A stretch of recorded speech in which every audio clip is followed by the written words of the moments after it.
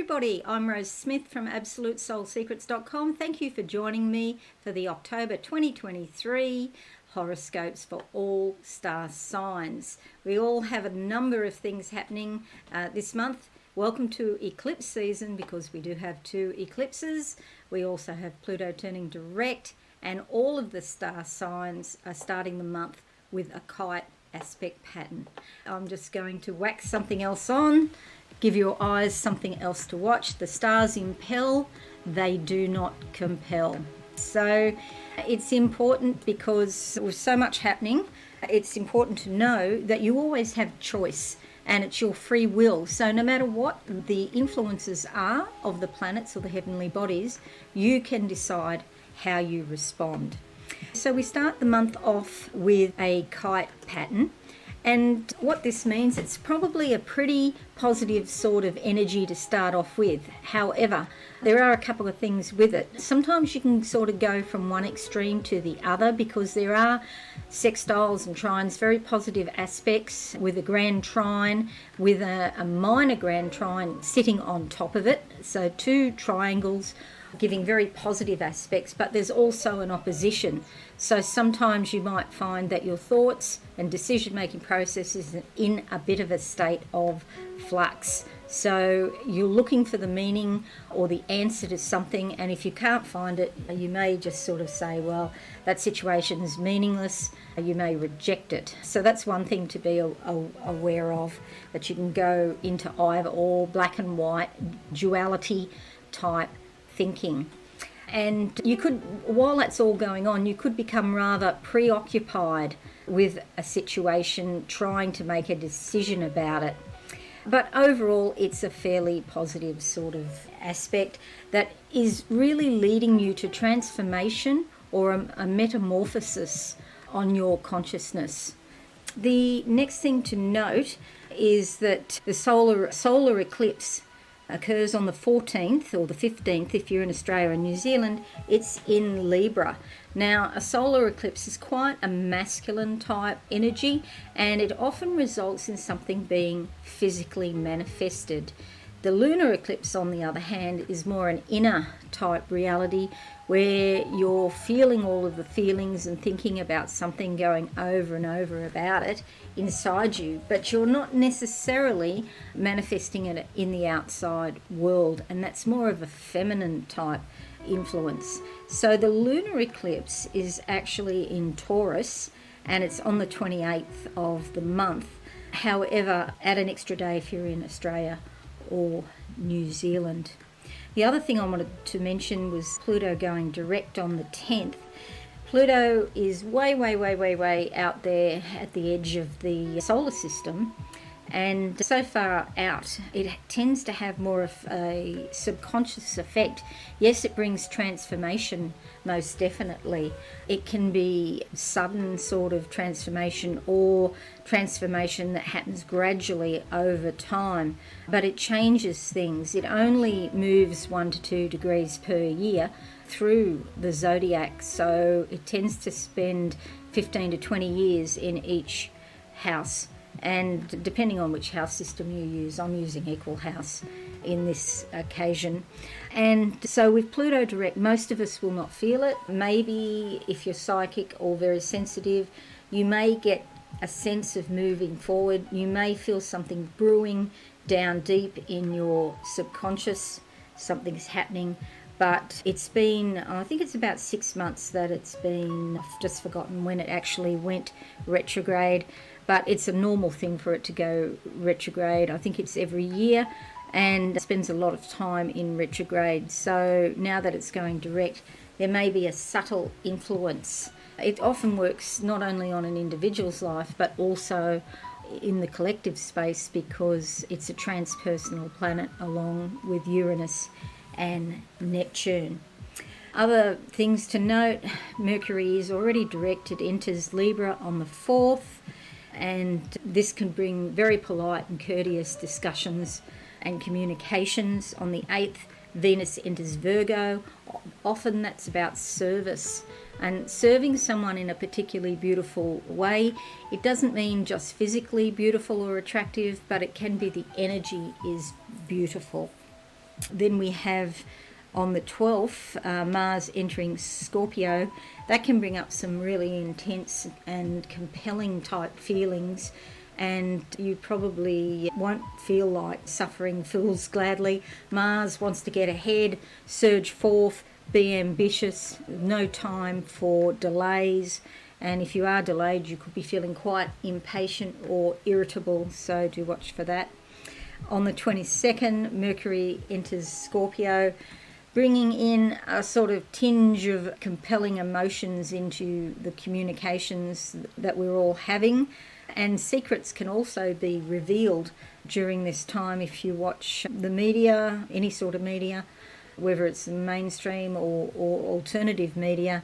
You might hear more and more about things really being dredged up from the subconscious, the scorpionic waters, and there could be a lot of secrets coming out at that time. And on the 23rd, Sun enters Scorpio. Happy birthday to all Scorpios. And so this brings the light of awareness. This brings some sort of sense of happiness or complete type of feeling more whole. And again, that's going to release or help to release any information that's being held down or kept away from everybody. Secrets will be revealed. So that's basically an overview to what's happening in October. Don't forget to click the links below to go to your sun sign, your moon or rising signs, and share and like. I would really appreciate that, or leave a comment.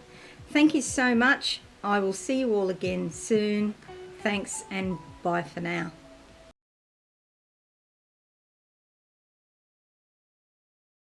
Hello and welcome, awesome Aries. I've got your horoscope, but first let's draw the cards. 2 cards for the first and second half of the month. All right, we'll go to the board now.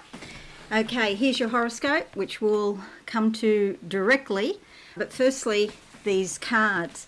So, closing my eyes, what do I see? Okay, as one door closes, another door opens, okay? There's a chain on this door. There could be some restriction around closing it. Perhaps you've been hesitant. You know, I understand that. Sometimes it is hard to let go of the past and step bravely into the future. But if there's anything about you, you are brave, you are courageous, you can do it. All right, let's have a look and see what card we get for you. It's the Temperance card. This is a fabulous Major Arcana card. It's all about finding balance in your life. And sometimes, you know, the balance between ourselves and other people can be hard to find. And you always have to look after yourself, but sometimes, you know, many of us have got obligations and commitments where we need to look after others. So balance is very important, and not to go into sort of any kind of extremist viewpoint about anything, because you'll be cutting out a large part of your own energy if you do that. Major Arcana, this is a period of transformation that will go on for some considerable time. The other thing to note, I want to say that Mars is changing sign and going into Scorpio. I will talk about this more in a moment. However, that seems to figure somehow in the need for balance. Okay, Mars can be very forceful sometimes, and even when we're speaking, Mars can come out, but we don't, out in our voice, but we don't necessarily mean to be overly forceful. So yeah, just watch the power of your speech. The second half of the month, what do I see for you? Awesome Aries again. Oh, this is fabulous. So there's a chain here on the door that I saw in the first vision, but in the second vision, there's a large pair of secateurs, or even bolt cutters they may be, and you can cut that chain. Okay, you might have to have a few goes. It is a bit of a tough job, but if you keep at it, you will be able to cut that chain. I don't know what this has got to do with anything, but I see that red purple cabbage. There might be a need for dietary changes. Maybe there's something in that purple cabbage that you need. Okay, let's have a look at the second card of the month for you. Yes, excellent. So the Eight of Cups, this is about moving away from a difficult situation and moving on with your life. And that door that is closing, that's what needs to close so you can move forward. It affects various areas of your life, but there's a lot of growth and opportunity here because she's wearing green. Also, you'll see the new moon here just coming into the crescent.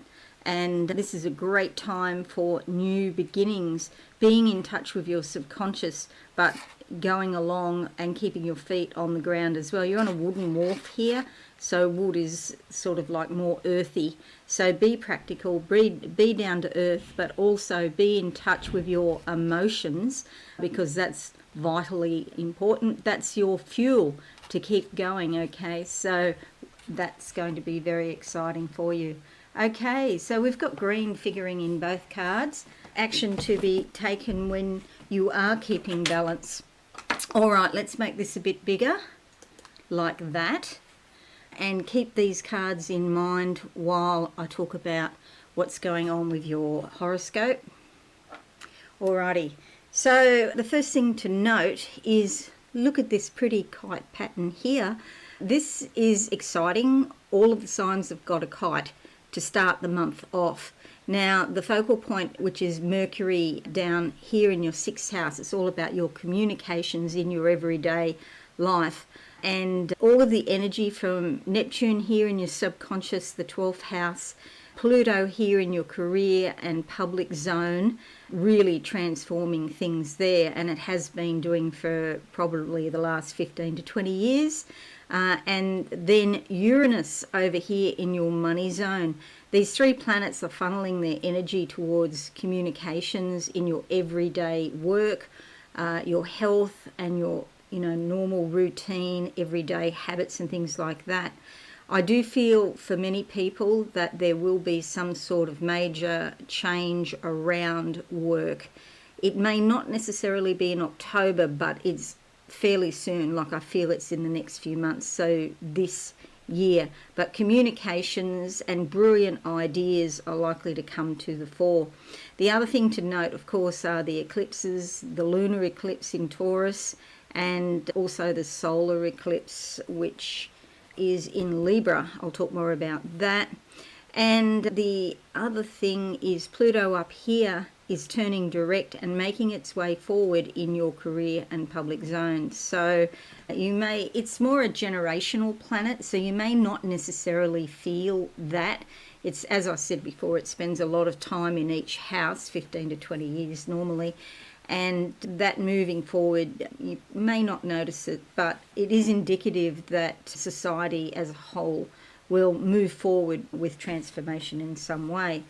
Now, on the 4th, your Mercury is entering your partnership zone here in Libra, bringing lots of communications with significant others. There could even be something going on with a legal matter. If you have a legal matter in the background, it might have seemed like it's stalled or it hasn't been going as fast as you would like. There's something coming up about that, perhaps with Mercury moving into that area. And again, lots of ideas about significant relationships, legalities, and even people that you don't get on with. On the 8th, Venus enters Virgo here. And Virgo is all about service and being organised and systemised. And here it could be in your everyday life. You get more organised. Perhaps you clean up your home or have a clean out of some description, or your workplace if you are going somewhere on a regular basis. This house is about work. Venus brings a beautiful, polite, courteous sort of energy with an appreciation of peace and beauty, and also even relationships. Relationships go more smoothly. So these could be your work relationships or the people that you deal with every day.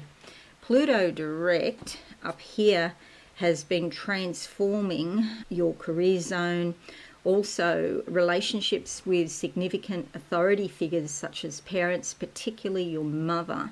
So now this is moving forward again. the transformation, which may have been quiet for a little while, the transformation could start up again. Then we have your planet, your ruler, entering Scorpio up here, bringing ambition, bringing a surge of energy around your investments, around your intimacy, or perhaps the things that you share with somebody else. And that is further enhanced by Mercury moving into this area on the 22nd. So Mars rule enters the 8th house on the 12th, and Mercury enters the 8th house on the 22nd. So lots more to do with lots of activity, lots of ideas, and a big surge forward as far as shared resources go.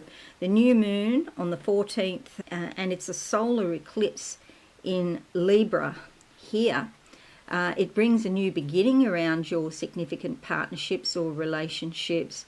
Often when it's a solar eclipse, it can be something external, something physically manifesting in this area of partnerships, okay?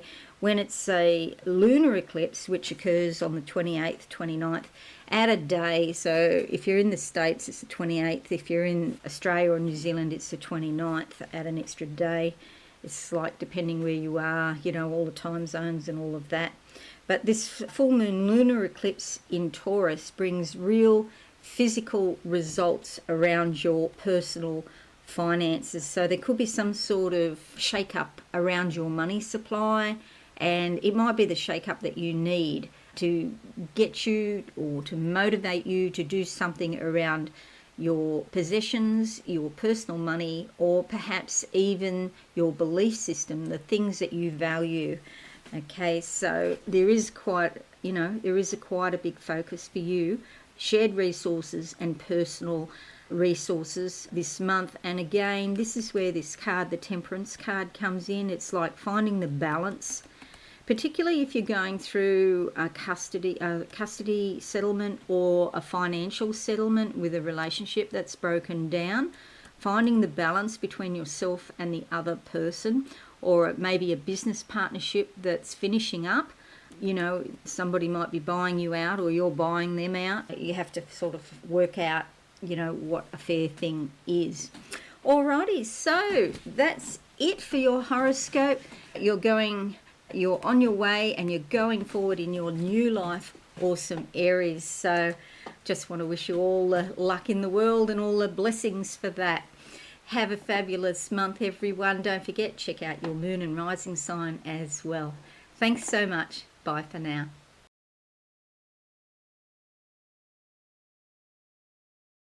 Hello and welcome, terrific Taurus. I've got your October 23 horoscope here, but first let's draw two cards as theme cards for the month for you. So we'll go to the board now and do that. Alrighty. Okay, so I like to close my eyes first, have a little vision. Okay, I see a garage that both doors are open and the car is slowly moving out of the garage, and then it comes out and then it just stops. This is like moving forward on your journey. You're getting there, but it's almost like something's been forgotten. It's like there's a slight delay before you can get going on things that you want to do. Okay, won't happen overnight, but it will happen. Let's have a look and see what the cards have to say. The card that comes up is the Ace of Swords. It's a new beginning, and particularly to do with your thoughts. So this could be like a new project. It could even be a relationship, and there's a lot of thought or strategy or planning going into it. So it's more likely to be a work relationship or something where analytical ability is involved rather than a personal relationship. There's a lot of new life coming here, which you'll be pleased to hear. Even if there are a few mountains to climb, these new ideas are brilliant, and they're just being given to you like flashes. So do pay attention to that, because sometimes we get brilliant ideas and we don't write them down and then we can't remember what they were. Well, certainly that's the case for me. Let's have a look in the second half of the month now and see, what do I see? Okay, the focus is on these mountains. I'm making my way around a corner. So I can't see see where I'm going. I'm just following the path that I'm on. It's not a hard path at all. It is quite smooth, the road, and easy to navigate. I do feel like I'm very high up in the Himalayas somewhere, or K2, or it's not hard though. It's like the beginning of the trek in a sense, but you have already come a long way. Okay, let's have a look and see what card we get. The card that comes out is the Eight of Wands. Again, it's about brilliant flashes of insight that you have, dear Taurus. So write them down. There's so many and they're so fast. They're easily mislaid or forgotten or put to the side, and then you don't act on them as you would like to. Alrighty, there's the cards. Now, let's make this bigger, like that. And you'll see there's a fair bit going on here. Everybody is starting, when I say everybody, I mean all the signs are starting the month with this kite formation, which is like a grand trine with a minor grand trine on top. It's a talent triangle. And we have Mercury here in your 5th house of creativity, romance, and also the world of the child, leisure and pleasure. Lots of communications and brilliant ideas. These two cards are relating to this area of your life, most probably. So you could find this month that you're socializing a lot, you're having a lot more to do with your friends and meeting new people, getting out and about, and it's time for leisure. Here we have in your house of the higher mind and expanding your life. Pluto has been there for some considerable time, and it's finishing up in the next year or two. And it is moving forward. I'll talk more about that in a moment. Neptune here in your house of friends. Very spiritual, beautiful relationships with friends. However, do be cautious with all the people that you meet, whether they're friends or new associates or friends, that you don't see the world through rose-coloured glasses, because sometimes with Neptune you're not thinking that rationally, and you may see things that look better than they actually are. So always it's important to be cautious who we associate with. You're in your sign, okay? This is pretty significant around your identity. Lots of surprising changes around how you approach the world. So we have Uranus, Neptune and Pluto, the outer planets, all sending their energy here to your communications. This is really an excellent sort of combo if you have a special message that you're putting out into the world and you want to get your message out. This kite can really help you with that.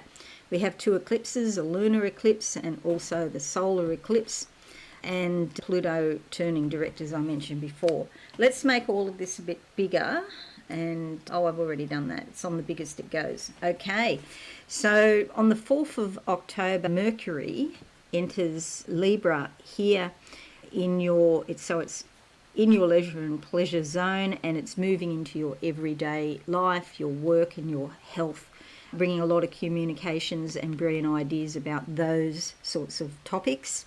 On the 8th, Venus is entering Virgo here, and Virgo is very much into service, so you could be helping other people in a creative way or with their creations, or perhaps working with children, inner children as well, not just physical children, but people who may have been hurt when they were a child, or there was something that was traumatic that happened when they were a child. You could be helping them with your beautiful, smooth, polite words and your affection and your kindness.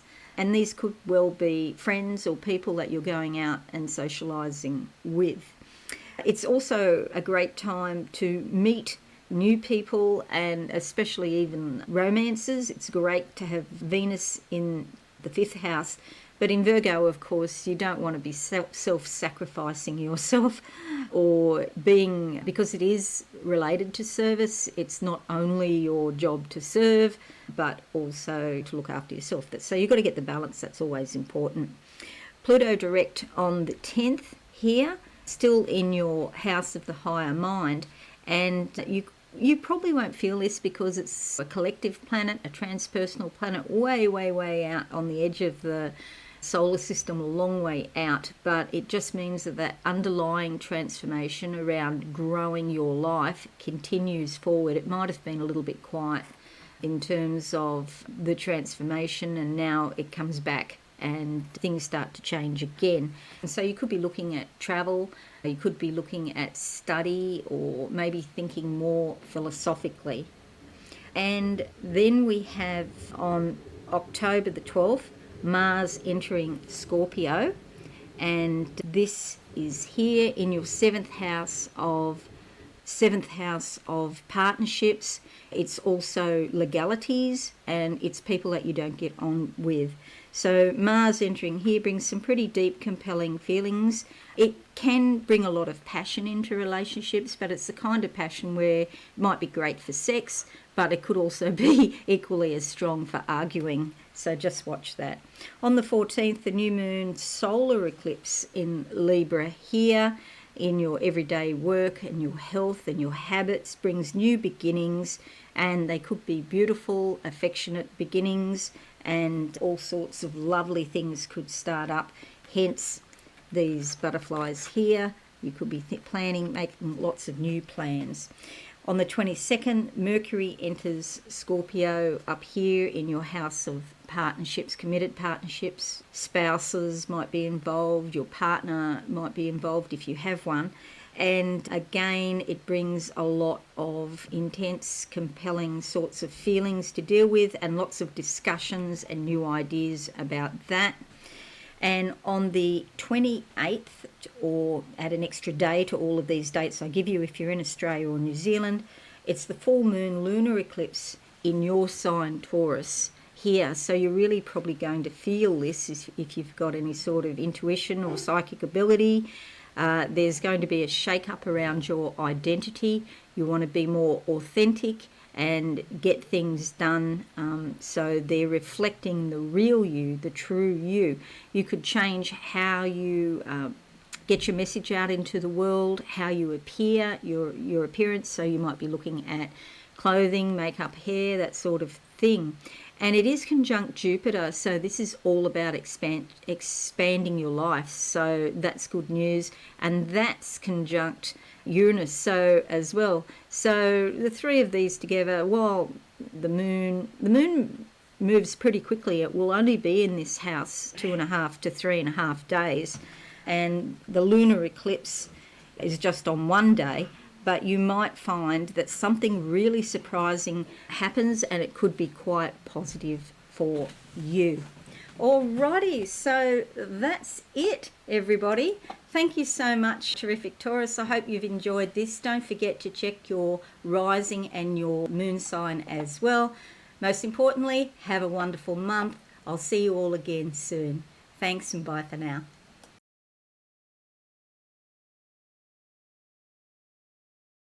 Hello and welcome, gorgeous Geminis. I've got your horoscopes for October. But first, I'm going to draw 2 tarot cards as theme cards for the month for you. And what a month it's going to be. It's eclipse season. There's a lot happening. So let's go on with it and get to the board now. Oop, that was straight a minute ago. Things move around here and I haven't even touched them. And the cats are not here, so I don't know how that happens. Or I'll just move that up like that so you can see it better. But first let's do these tarot cards and we'll see where we get to. So the first half of the month, let's have a look. What do I see? So there might be times of feeling a bit nostalgic. Things from the past come back. And Mercury has already turned direct, so it's not Mercury associated directly because it's direct. However, you could hear something from the past and, you know, maybe there's some feelings of sadness or something like that when you're remembering back. And just watch your current relationships, that, you know, potential triggers. You might get something happen in the here and now. However, the stem of it goes back to the past. The card we get is the Judgment card. This didn't come up for ages, now it's coming up more and more.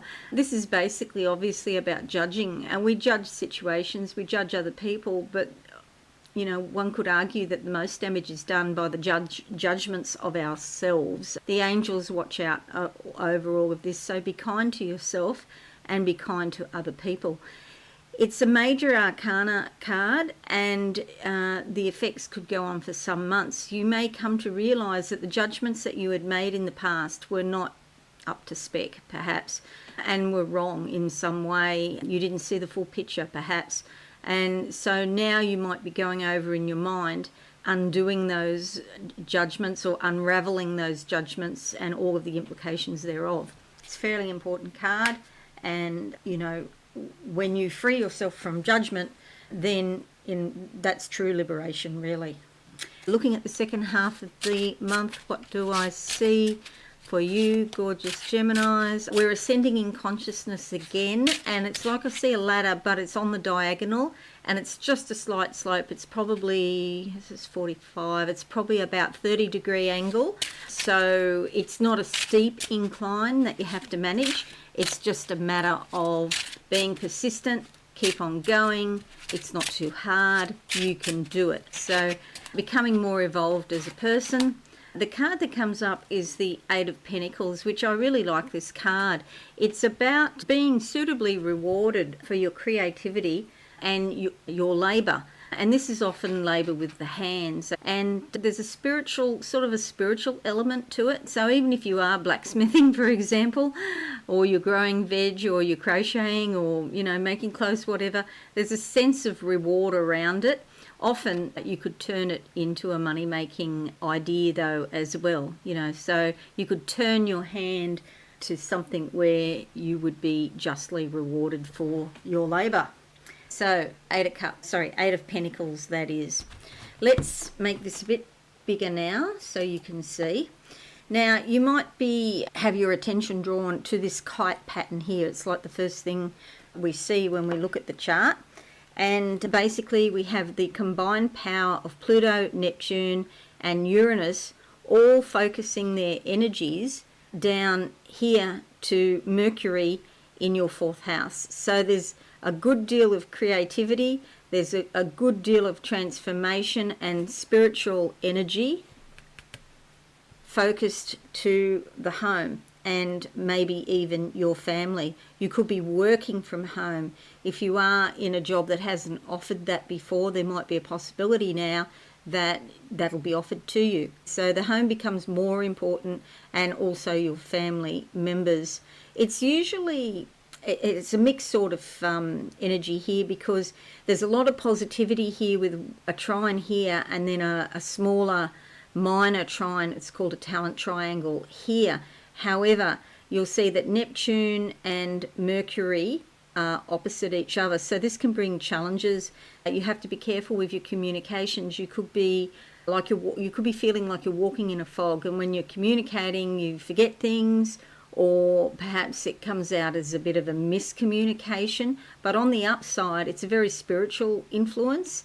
Neptune brings that spiritual energy, and people might get to know you as being quite spiritual. So even though there might be mistakes in your communications, tell me about it. I'm typing an email or something and words get missed out, or any sort of thing is possible.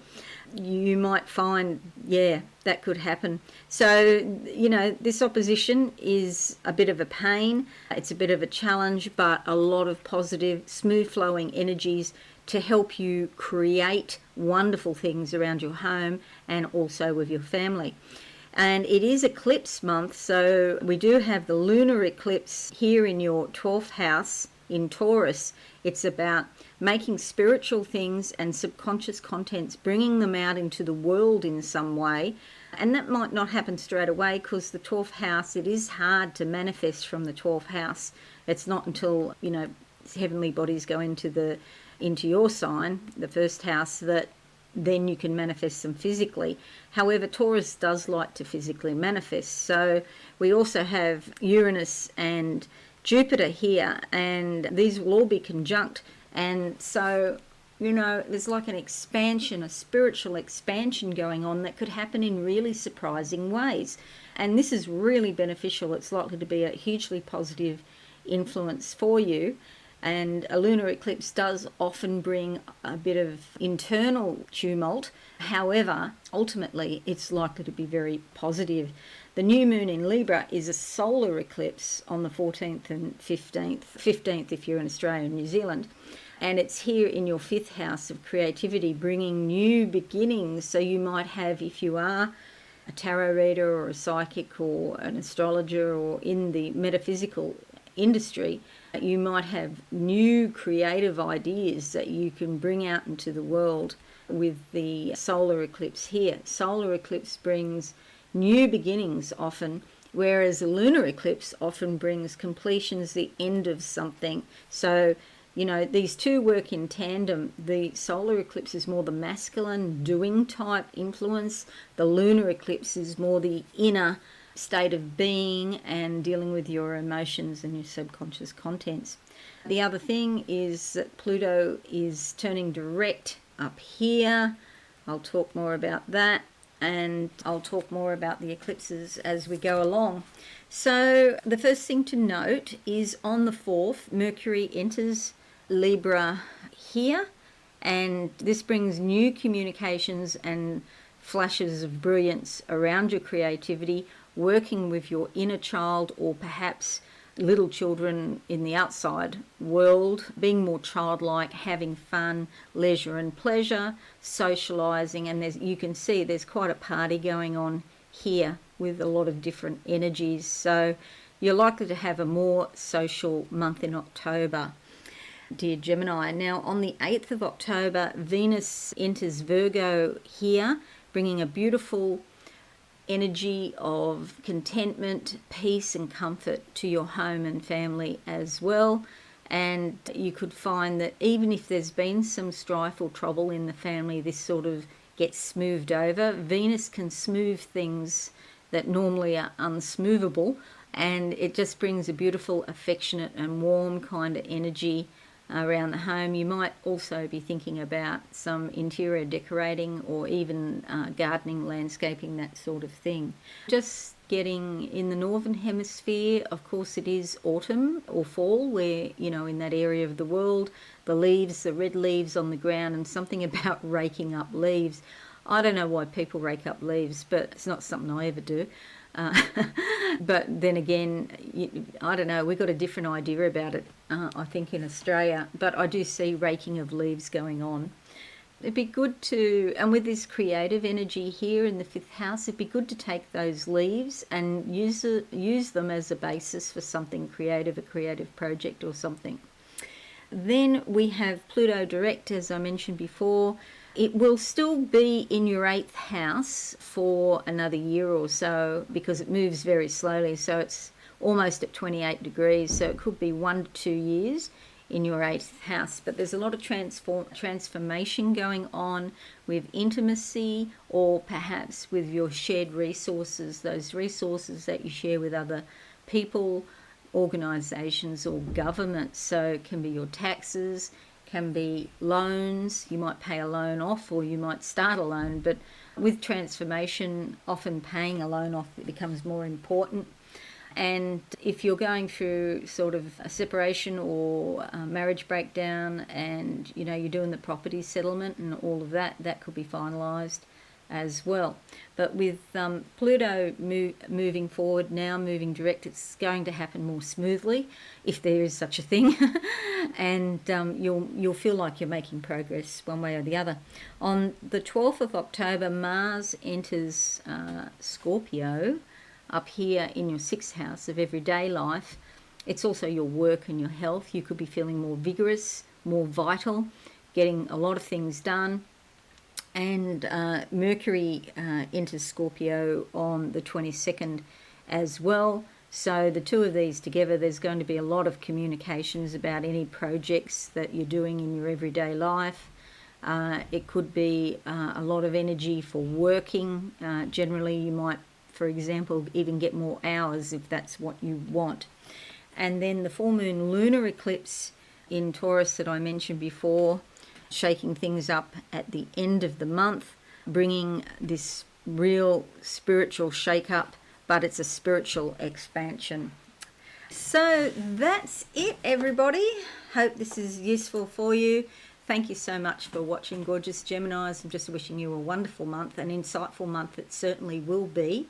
And if you are new, subscribe, be alive. Don't forget to leave a like or leave a comment. That would be very much appreciated. Have a wonderful month. I'll see you all again soon. Bye for now.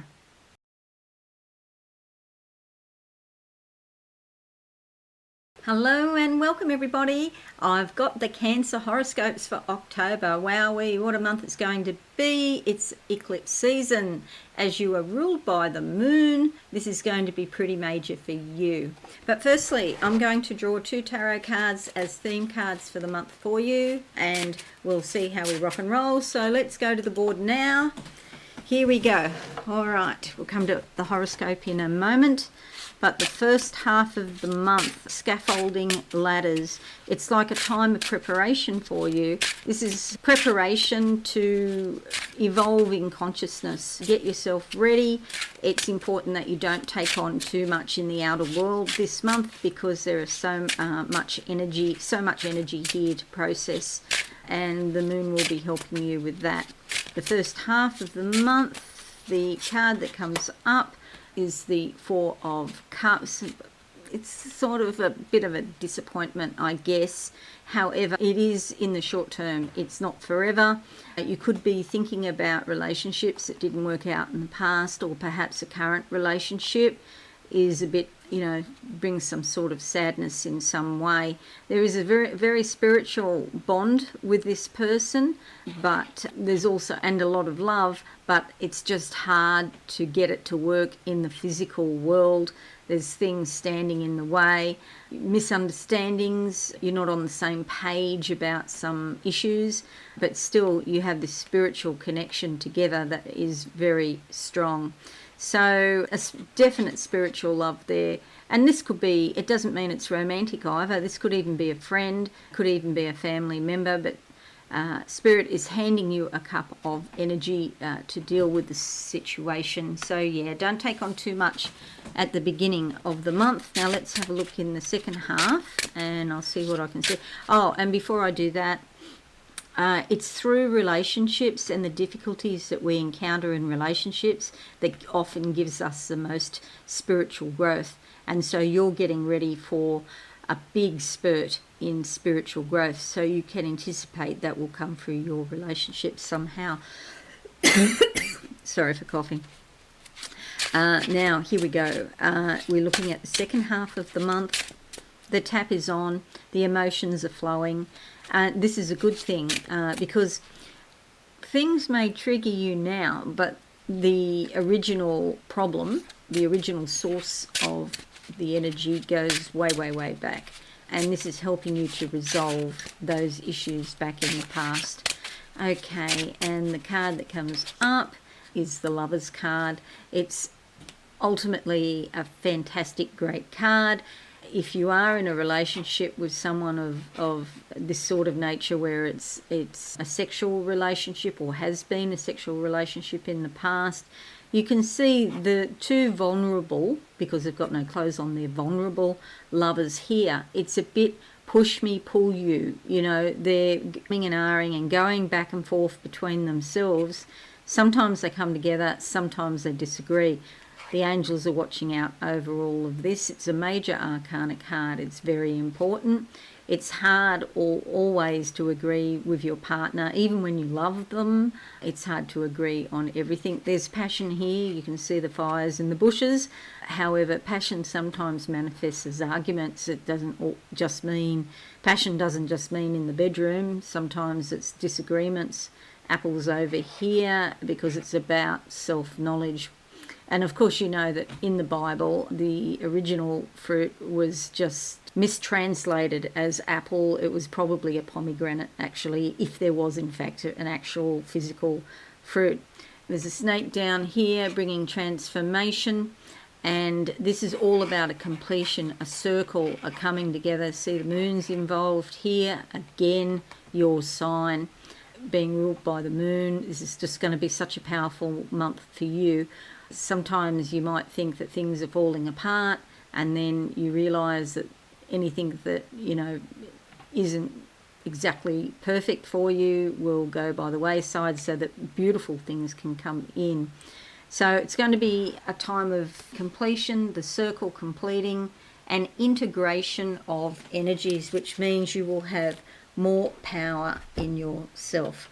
Let's make this a bit bigger because we're going to talk about your horoscope now. Major Arcana, this will go on for some time. It's not going to be over in like 5 minutes. First thing to note is this kite aspect pattern that starts the month off. And we have Uranus, Neptune and Pluto in what's called a minor talent triangle at the top there, and a minor grand trine it is actually. And then we have a grand trine here, this sort of configuration. And these 3 planets are actually funneling their energy down into Mercury here in your 3rd house. So it's about your communications. Do be cautious because we have Neptune opposite. This can bring very cloudy, foggy communications or miscommunications, if you like, and misunderstandings. Even though Mercury will be direct, it still brings foggy communications opposite Neptune there. In your 3rd house, the area of your life that's likely to be impacted is something to do with your local area around where you live, distant relatives perhaps, or siblings that you don't see that often. Maybe you're in communication with them, but you don't see them actually that often. It can sometimes be to do with study. If you are studying, be cautious in your communications. And if you're in business and you're doing promotion or marketing, be very cautious because you don't want to muck things up, obviously. There's a lot of positive energy here. However, because all of these, making these lovely green triangles is very positive, but this one, Neptune opposite Mercury, is the kicker for misunderstandings. People may perceive you as being more spiritual, and you come across as less logical or analytical, perhaps, which is great in some realms. Like if you're doing tarot readings on YouTube, it's fantastic. If you're dealing with money, you have to be very cautious. Then let's look at your horoscope proper. We have on the 4th Mercury entering Libra here, bringing a lot of communications and new ideas and fresh brilliance to your home and family. So you could be talking to your family members lots more than what you normally do, and there could be communications and maybe not just your home but also the surrounding, if your yard or landscaping or something like that as well. So home and family communications become more important. On the 8th, Venus enters Virgo here, bringing a beautiful sort of energy around your local area. You could be feeling more courteous, more polite, more affectionate. Beauty is important, and you might have things happening in your local area where the council decides they're going to, fix a park up, or maybe put a forest, put some seats in a forest or something like that. Communities type projects, but they'll be beautiful. And you could have very good relationships with anybody that you're studying with, and so it is a great sort of beautiful energy happening there. And it's great for communicating with just about anybody actually. Then we have Pluto going direct on the 10th of October here. Now it's going to remain in your house of significant partnerships for another year or two. So because it's at 27.55, so nearly 28 degrees, still got 2 degrees to run, and so it'll still be sitting here, but at least it'll be moving forward. So transformation around your important partnerships, around legal matters if you have any, and even to do with people that you don't get on very well with. There could be, something happening. It spends a lot of time in each house, like 15 to 20 years. So its movement is very hard to perceive. It's almost imperceptible unless you're psychic. You might pick it up then. Then we have on October 12 Mars entering Scorpio here, bringing a ton of energy and power to your house of leisure and pleasure, socializing, getting out, having fun, and living closer to the world of the child. You could be feeling, like a real go-getter, and you've got all of this energy. So sometimes Mars brings arguments, or impatience. If you're going out and your friends are late, you probably feel a bit impatient, for example. So just watch that. We have on the 14th a new moon solar eclipse in Libra here. Bit of a party going on at home with your home and family. There's likely to be some sort of new beginning here, and there could be some physical things happen. Excuse me. But in Libra, there's probably more planning. There's probably a lot of thought going into some new project at home. We have on the 22nd, Mercury entering Scorpio as well, joining Mars. Lots of communications about socialising. And yeah, you could get out and about and have a really fun time. On the 28th, and add an extra day to all of these dates if you're in Australia and New Zealand, by the way, full moon lunar eclipse in Taurus up here in your 11th house. Is a bit of a shake-up with your friends or your associates, and it's likely to have real physical effects in Taurus. Taurus is an earth sign, so it's probably going to have some physical consequence. You may decide to drop some friends, or something happens with a friend or with an associate and you just don't think you're on the same page anymore. So there is a bit of turbulence there with that. And with the full moon coming in, it only spends 2.5 to 3.5 days in each house, and it will be conjunct your Jupiter and your Uranus as well. So it's all about expansion. You're likely to meet new people this month, really, and especially with Mercury and Mars over here as well. You could bring a whole, new social sort of vibe to your life, a whole new network. Maybe business networks increase, go forth and prosper in some way. Alrighty, so that's it, caring Cancerians. I hope this is useful for you.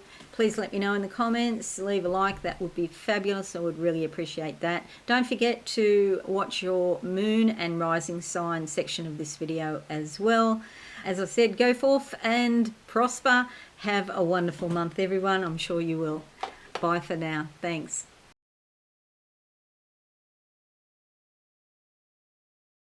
Hello, lovely Leo. I've got your October horoscope. A lot happening because it is eclipse season this month. There's 2 eclipses, a solar eclipse and also a lunar eclipse. Of course, they often go together.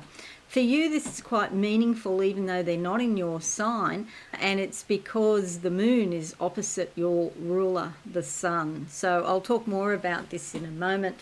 But firstly, I'm going to draw 2 tarot cards as theme cards for the month for you, and then we'll have a look at your horoscope in depth. Let's go to the board right now. The cards. The first half of the month for lovely Leo, what do I see?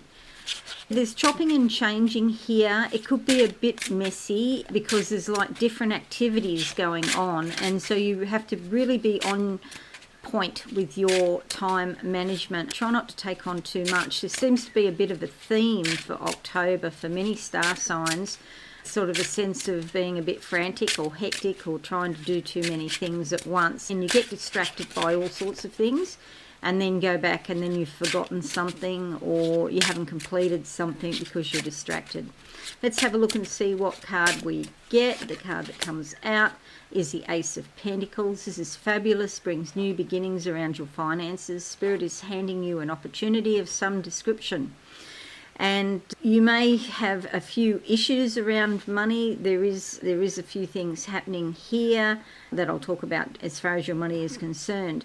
But some opportunity coming, and family could be involved somehow. You see all this sort of cloudiness, and this could relate to your thinking about money in some way. But then you go through some sort of portal of opportunity and there's blue sky on the other side. So new beginnings around your finances. And then the second half of the month, what do I see for lovely Leo? Focus, I've got a vacuum cleaner here, focuses on cleaning up the house or cleaning up a mess. But this could be internal. I mean, you might just sit on the lounge and do nothing, but there's a cleanup going on within, getting your act together in some way. Let's see what card we get for more information. Your hopes and dreams, maybe they change.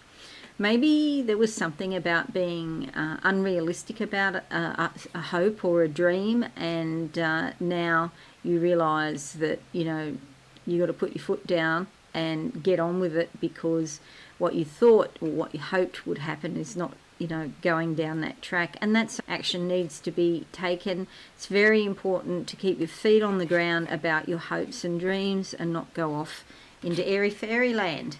But of course we all need hopes and dreams. It's very important, because they're like the beginning of something. You've got to start somewhere, so hopes and dreams are the way to start.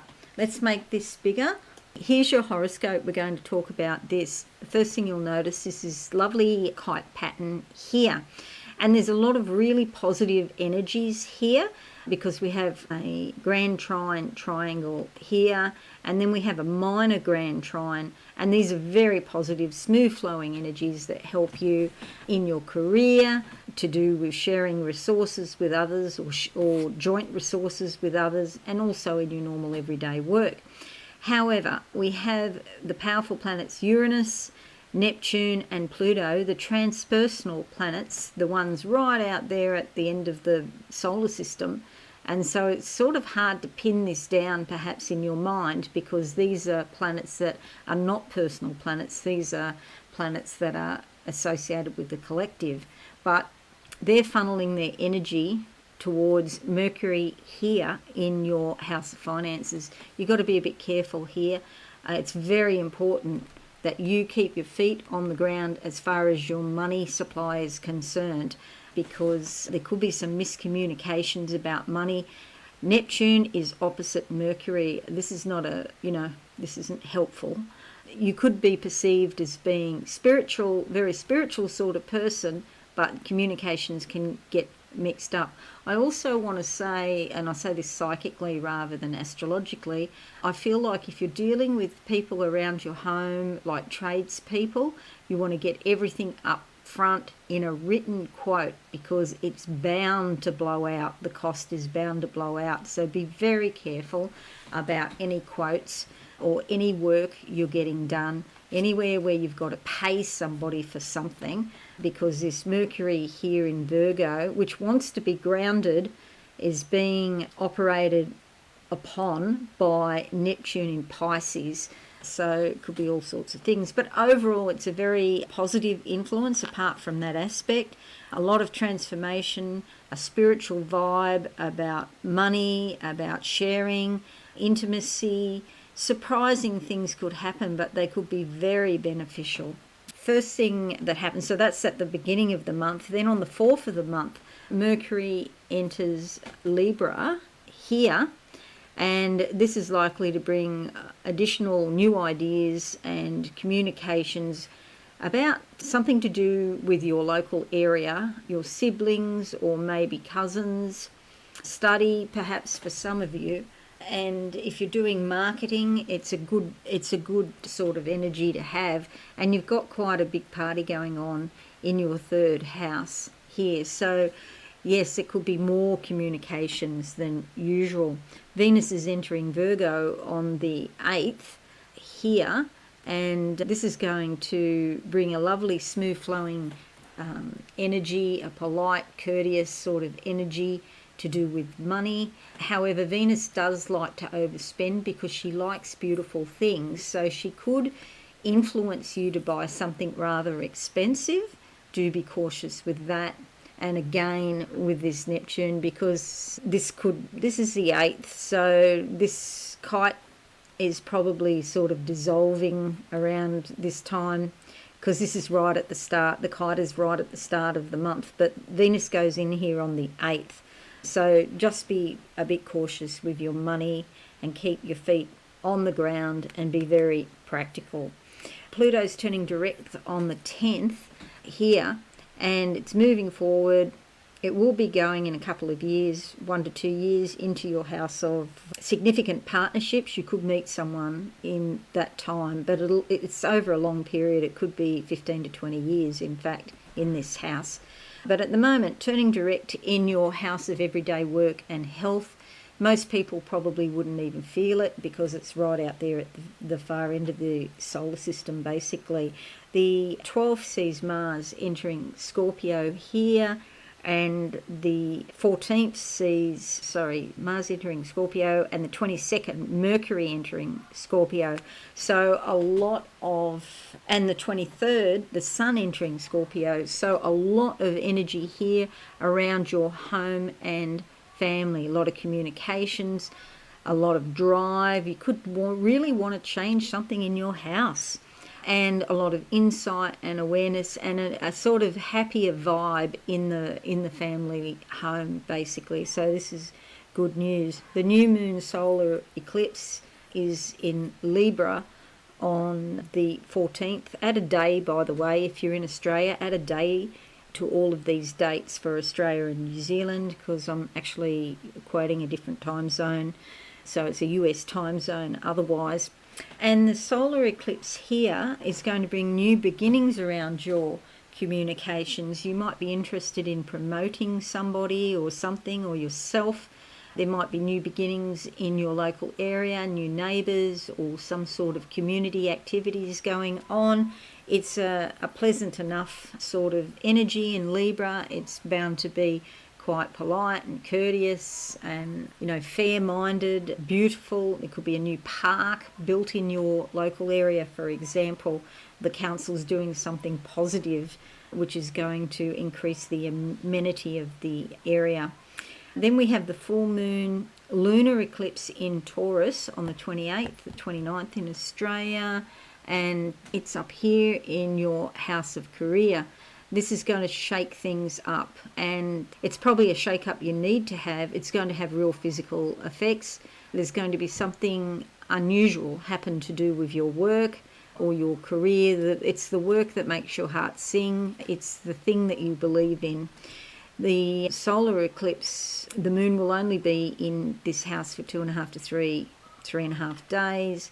But the effects of the lunar eclipse you'll be feeling internally, and it could involve women. In fact, there's some sort of expansion going on in your career, and it affects your life direction. And we also have Uranus there, so it could be a volatile time or an unpredictable time as to what will happen in your career. But you'll know soon enough, because the eclipse won't be there for very long, but the effects of the eclipse could be there for some months.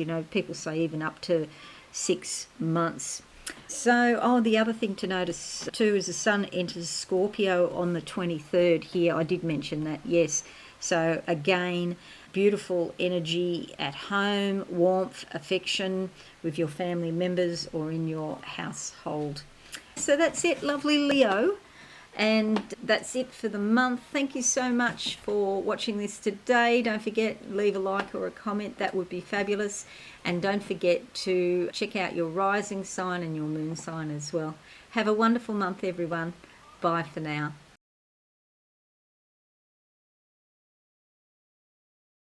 Hello and welcome, vivacious Virgo. I've got your October 23 horoscope. Something really meaningful for you this month is that Venus is in your sign. So that's augurs well for any relationships you might have. It is eclipse season, so we have a solar and a lunar eclipse going on, plus a lot of other things as well. So let's go to the board now, because I'm going to draw 2 cards as theme cards for the month for you. All right, first half of the month, let's have a look. What do I see for vivacious Virgos? Well, this is interesting. I thought it was a road or a path at first, but then it turned into a conveyor belt, and it was full of coins. So obviously, yes, this can mean money, but coins usually represent change. If it was actual money, I'd probably see dollar notes. So money's possible, but not the most likely. The most likely is huge transformation for you this month. let's have a look and see what the cards have to say. Oh, the Fool. This is great. What can I say? I was going to say beautiful and great coming out together. Bait. Anyway, maybe not bait, but there is an element of risk here, I must be upfront with you. However, the universe usually looks after those people who are willing to have some sort of try. If it doesn't work out initially, if you keep at it and you persist, it just probably means the timing's wrong, not that the whole idea is totally wrong. The Fool is about stepping out of your comfort zone. It's not always easy to do, and sometimes this yapping little terrier here can be like a friend or a family member trying to hold you back. They want you to stay the way you are. They don't want you to change. But of course, change is something we all have to get used to. And you do have a lot happening this month with that conveyor full of coins. Action needs to be taken, but there are a lot of opportunities here. Are you going to step off the cliff and grow wings and fly? Or perhaps you're going to end up in the drink. And that's not bad either, because you could find hidden, sunken treasure within. Your own gifts come to the fore. This is a major arcana. It's likely to go on for some considerable time, but it's all about stepping out of your comfort zone, taking a risk, because if you feel jaded or you feel unmotivated, something needs to change. Now, that's the first half of the month, and in the second half of the month, I see a big fat 0, like 0 in front of me. But 0 is a good thing because it's indicating that a new cycle is beginning. It's also indicating that an old cycle is completed. Sometimes there's a few little tendrils from the past that are holding us back, but it's just a matter of time. It's going to happen. Let's have a look. The card that comes out is the 6 of Swords. I don't mind this card actually, because it is sailing away from a difficult situation, which is the 5s are not always easy. They can be creative, but they often bring some sort of despondency. However, the 6s are more about abundance, and the 6 of Swords indicates that you're getting out of whatever zone you were in and you're moving forward with your life. So you can see both cards here are about stepping forward. You can see here it's nighttime, so you may not know exactly what your direction is or where you're going to end up or how it's going to go, but you are making progress. All right, so bear those 2 cards in mind while I make this a bit bigger, because often they will come up in the actual horoscope as well. Now, the first thing you might notice here is that there is a green kite pattern. This is called, it's a major deal, because you've got the grand trine, and that's a very positive influence, and then you've got the one on top of it, which is the minor trine, and that's also very positive. So a lot of free-flowing energies that are really trying to help you this month. However, there is a little bit of confusion that is happening, because here Mercury in your sign here is opposite Neptune. So this can bring sort of cloudiness, fogginess, miscommunications. Here we're all about putting your message out into the world, how you appear to the world, how people perceive you, what you're supposed to be doing, and putting it out there. And Mercury is all about your communication, so you're doing this quite actively, but yet over here, Neptune opposite is influencing you. You could appear quite spiritual to the world. People might think that you're a very spiritual person, but with that comes the cloudiness in the thinking and putting messages out. And sometimes you might put something out and you think you're doing it, but people perceive it a different way. So just something to be cautious of. And we'll start your horoscope proper now. On the 4th of October, Mercury is entering Libra. Here, a lot of discussions about your personal finances, your possessions, or perhaps even the things that you value. But these discussions are likely to be quite positive, in fact, and a lot of energy going on about your finances in general. So the discussions are likely to lead to something better, and especially with all that energy, because you have the solar eclipse happening there, the Sun, Mars, which is conjunct your South Node as well. So there's a lot of changes going on about money. On the 8th, Venus enters your sign as well, which I mentioned before.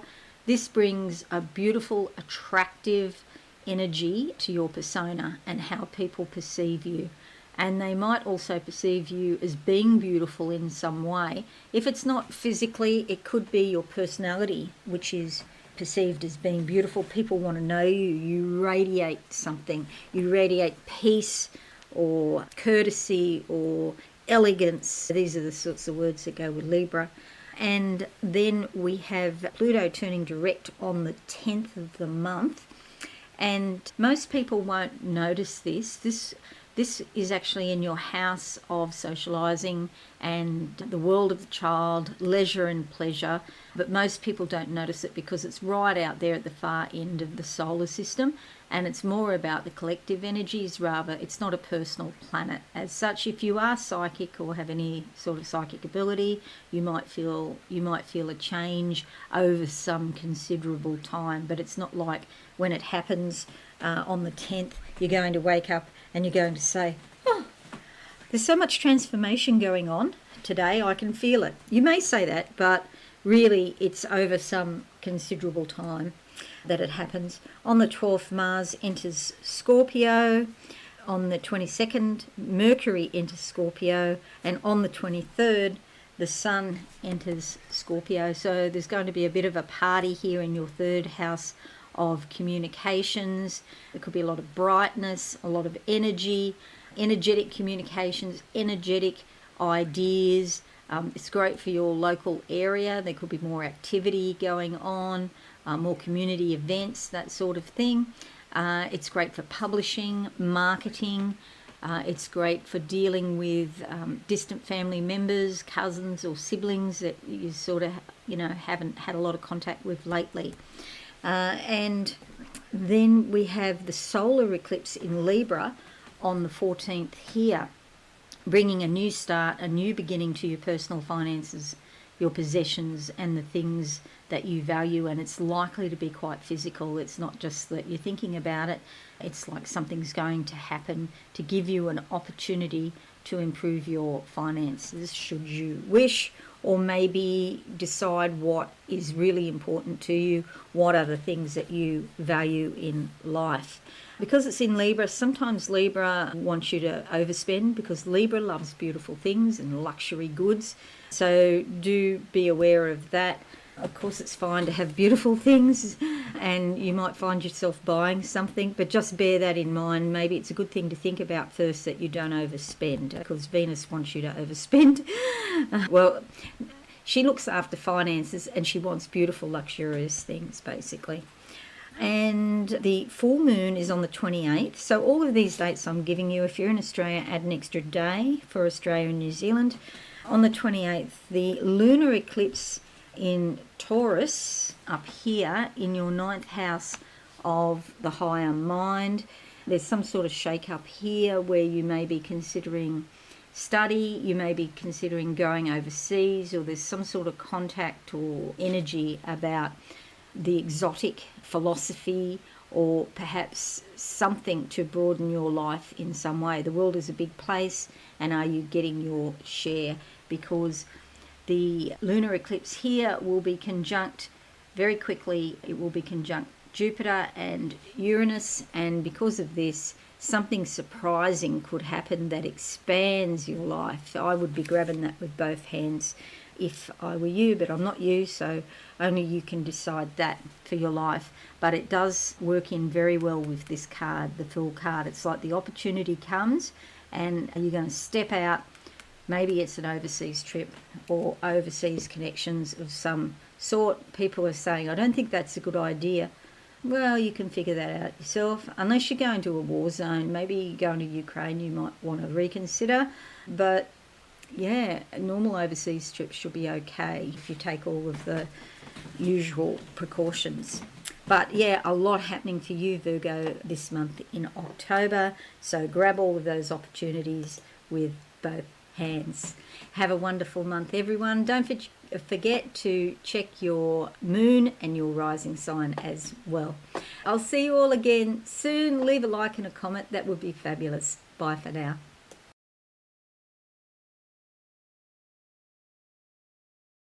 Hello and welcome, lovely Libra. Happy birthday to all early Librans. Wow, it's all happening this month for you. Things are going to change in your life. Finally, it's like dragging on from one Libra to another, I say that.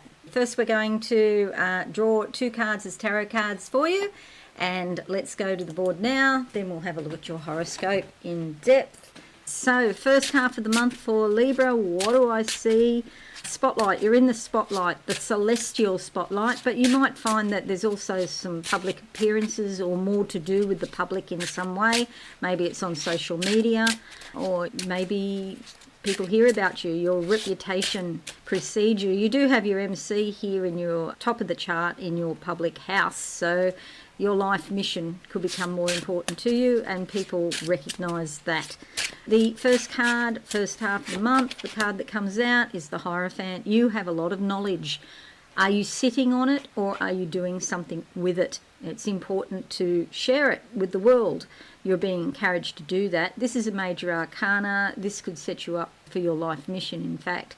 There's 2 keys here, the key of knowledge, the key of wisdom. I like to think they are, because you need wisdom to know how to apply the knowledge. Action needs to be taken. That's why she's all in red.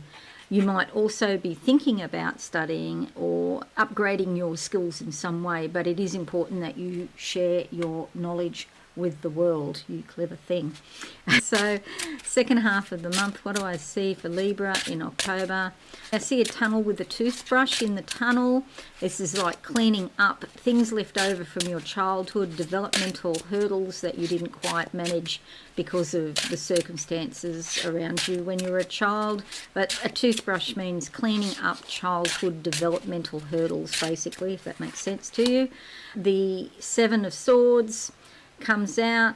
She's looking back on the past there, but don't get stuck in the past, because it's all about being present and grounded in reality now. 2 feet on the ground here in the earth, and the yellow energy is very dynamic for carrying her forward into the future. Some brilliant ideas that she's grounded in practical reality. Chakras are opening up, more energy coming through. The past is over. Doesn't mean you forget, you don't forget, but you move forward and you concentrate on the present and have those loose goals in mind for the future. Let's make this a bit bigger, like that. The first thing you'll notice here about your horoscope is this beautiful kite. So there is a grand trine here and a minor grand trine here. These are very, very positive energies carrying you forward.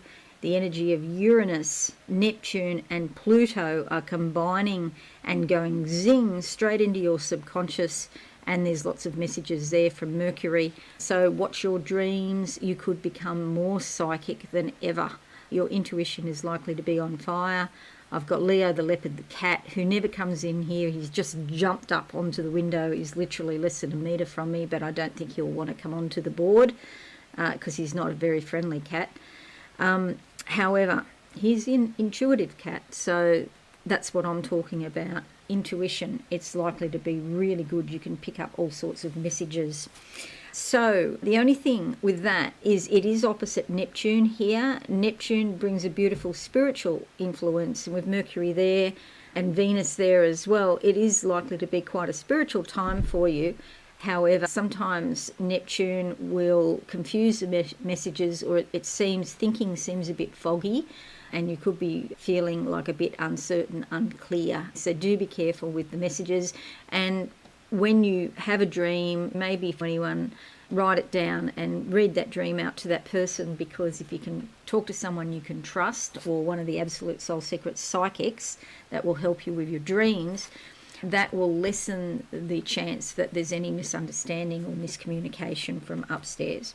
4th sees Mercury entering Libra, your sign here. Big party going on in your sign. So a lot of energy around the way you present yourself to the world, the way you deal with the world, how people perceive you, the messages you get out there into the world. So intelligent communications when after the 4th, when Mercury moves in here. Brilliant flashes of insight. On the 8th, Venus moves into Virgo.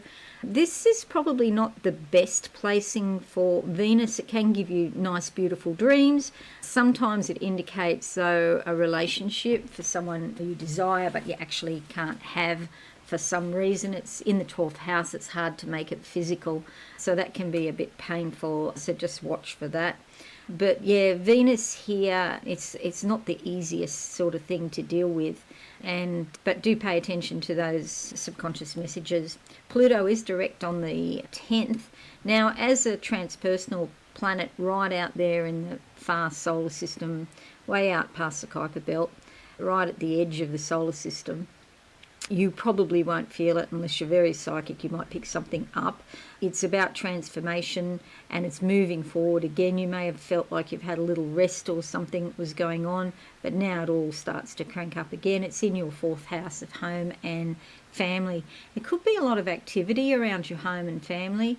Maybe you're thinking about doing something with your home that you wouldn't normally do. Maybe you want to downsize or upsize or move or renovate or something. But there's definitely transformation going on with family members or at home. Mars enters Scorpio on the 12th, and add an extra day if you're in Australia and New Zealand for all of these dates, by the way. So here's Mars here. It'll be going into your money zone. You could be thinking more about your finances. You become more ambitious. You get filled with energy. Big bird just flew past the window just then. That's why Leo jumped up on the window, because the birds are going Burko here today. It's springtime, and there's a lot of activity. But when I'm doing these horoscopes, and a bird or an animal comes past, it's always with a message. So fly high, dear Libra. Look at the big picture view, and especially related to your finances. You might have noticed a bit of a tightening or something going on with your finances. Try not to worry too much. Look at the big picture view now. The solar eclipse in Libra in your side is happening on the 14th or 15th in Australia and New Zealand, and this brings a brand new beginning. You might be getting out and about more physically in the world. Doesn't mean you're socialising necessarily, although you could be, but just means you're spreading your wings more. There's brand new starts. There's lots of new opportunities. There's all sorts of projects and things if you want to go with it. And they're likely to be accomplished in a very easygoing, polite, affectionate sort of way. Very peaceful, which is nice. On the 22nd, Mercury enters Scorpio as well. On the 23rd, the Sun enters Scorpio here, joining Mars, again bringing lots of communications about finances, some sort of sense of stability or calmness, happiness even. And it's not just your personal money, it's also your possessions or the things that you value. Your value system might change a little bit. You might tweak it because you realise not everything is about money. There's other things that are more important. On the 28th or 29th, if you're in Australia or New Zealand, the lunar eclipse in Taurus. So it's up here and it's in your 8th house. So all of these changes to do with your possessions or your belief systems, you could change or tweak. These are also being activated by a lot of turbulence here in your 8th house. This could have some sort of physical effect because it is in Taurus, and it relates to shared resources, the money you share or the assets or resources you share with another person, with a government, or perhaps with a corporation, an organisation. There's some sort of shake up there. But the good thing to note is that the lunar eclipse, which you'll be feeling internally, will be conjunct Jupiter and also Uranus. Something may happen to expand these resources in some way, and it could be surprising to you. So it could actually work out to be quite positive ultimately. So do try not to worry about that. So have a wonderful month, everyone. Don't forget to check out your moon and rising sign as well.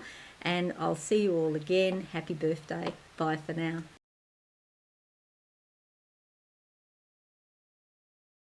Hello and welcome, sensational Scorpios. I've got your October 23 horoscope. It's quite meaningful for you because your ruler Pluto is turning direct. Now, most people probably won't feel this because Pluto is right out there past the Kuiper Belt, right at the end of the solar system and a long way away. But if you are sensitive and you have some psychic ability, you may detect a subtle change. It's a transpersonal planet, so it's more about the collective than personally what's going on in your individual life. But still, obviously, it can have huge transformational effects, and they're going to start up again for you very soon. Let's go to the board. I'm going to draw 2 cards as theme cards for the month for you, dear Scorps. Here we go. There's your horoscope. There's your ruler right down the bottom there, right deep in the chart. But first, these cards. So we're looking at sensational Scorpio. Interesting, in spirit, I can see the bottom of your glyph. So that's the cross. And so the sacrifices that you must make to do with communications, perhaps you feel misunderstood sometimes, or perhaps to do with extended family. There might be something going on, siblings or cousins or something like that. But it's also to do with writing, publishing, getting your message out in the world as well. And Pluto's going to be here for another year or two, but from the 10th, it will be moving forward. So you may have a sense that things are flowing again for you. All right, let's look at these cards. Firstly, the first card for the first half of the month. I actually see the glyph Taurus, for Taurus, the bull, which is here. So that means it's to do with your relationships. There could be something major going on. We do have a lunar eclipse and we have Jupiter and Uranus as well. I'll come to that later. I've got a bit of an idea what that might mean. And the card that comes out is your hopes and dreams. Oh, very exciting. Send those hopes and dreams out to the universe because maybe, just maybe this month they can be finally fulfilled. If you keep your feet on the ground and be practical about things, relationships can definitely improve. Maybe there's something casual that goes to a deeper level. The ocean is here. Stay in touch with your subconscious, the ocean, but keep your feet on the ground. So the second half of the month for sensational Scorpio, what do I see? Oh, there's also something here about addictions. Maybe you want to give up an addiction. Humans can get addicted to anything. I'm probably addicted to tea because I drink so much of it, and if I don't drink it for a day, I get a bit of a headache. Not a terrible headache, but I notice if I don't drink it. So, yeah, maybe it's a cutting back on addictions or addictive behaviours. Even if you're not obviously addicted to anything, it could just be being a little bit obsessive about something. The card that comes out is this one. It's the 7 of Pentacles. It's like you've planted some seeds around your money tree, but they're taking a long time to come to fruition. It takes patience. I grow vegetables as well, and you plant them. Sometimes you have to wait months. I planted my red cabbage on the 1st of May. Do I have red cabbages yet? Yeah, but they're tiny and they're still not pickable. And so it's 4 months and you just have to wait. And that's how nature is. You have to supply all the energy for it. You have to nurture it, whatever your idea is that you want to manifest. You have to do that, but it will come at its own time. They're pre-programmed to come at a certain time, so just be patient. It won't happen overnight, but it will happen. So, are you going to get a good crop or not? Well, we will see. Let's make this bigger so we can have a look at your horoscope in depth. The first thing to note is this kite aspect pattern, which starts the month off. Look, it's a pretty good positive influence, but there is a bit of a proviso with it. We have a grand trine here, this triangle here, and a minor grand trine here, this one on top. And it's actually on the top of the triangle, if that makes sense, because down here is the focal point. to Mercury in your 11th house of friends, groups and associates, and also hopes and dreams. So they're the areas of your life that are going to be affected by this. Many positive influences as Pluto, Neptune and Uranus send their energies, focus their energies down to Mercury, bringing a lot of communications and good ideas around your hopes and dreams, and also your friends, groups and connections. However, we have Mercury opposite Neptune. Sometimes an opposition is difficult. Sometimes Neptune can give cloudy thinking. It can be that people misunderstand what you're trying to say. Your communications can be adversely affected because it's like you're walking in a fog under this. So do be especially careful with how you communicate. If you're trying to do something and it's a hope or a dream that you've been holding in your heart, maybe October you need to be extra specially careful with it. Having said that, that's the only proviso, because the other things are really positive around this.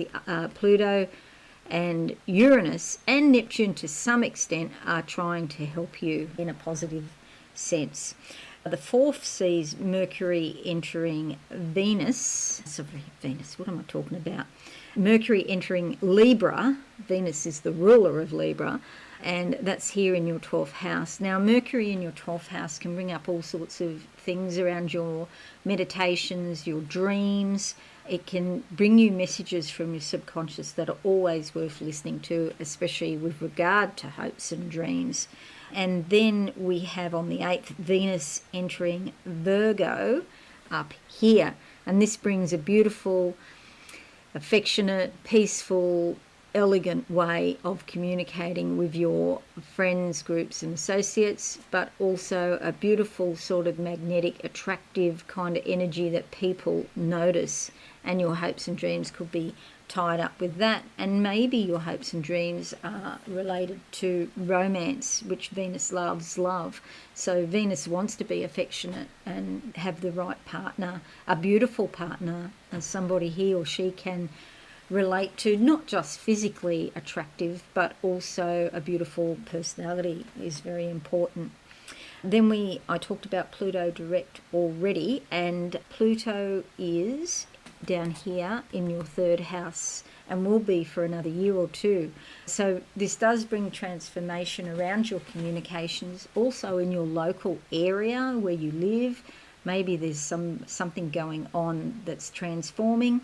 It also could affect your distant relatives, siblings or cousins, or any study that you may be doing. Maybe self-promotion, writing, publishing, all that sort of stuff happens there in the 3rd house. On the 12th, Mars enters Scorpio up here, your sign. So you're likely to approach the world with a lot more energy. People notice that you seem more vibrant and have more energy. Be careful when you speak, because your words might have more impact than usual. And be careful of the volume of your voice and the tone of your voice, because you will have a lot of energy for getting your message out into the world. The new moon is actually a solar eclipse in Libra, and that will be on the 14th. And this will bring new beginnings around your spirituality, new beginnings in your 12th house, the house of the goddess. It's a bit hard to explain the 12th house because it's very experiential and it's different for different people. But yeah, broadly it's anything that's generally out of your conscious awareness, and they just slip in little glitches where you can see into your subconscious. I find it quite exciting, but it's sometimes for some people it's hard to access, and for other people it's easier to access. And you go on a trip and you go deep down, and there's some new beginning there happening. So that's quite exciting. It's probably quite beautiful actually, because it's in Libra, so it is probably going to be a very positive type of thing. And then we have Mercury entering Scorpio on the 22nd, and the Sun entering Scorpio on the 23rd here. your sign, how you approach the world. It's likely that you'll have a lot of awareness, a lot of insight. It's a great time for getting your message out into the world.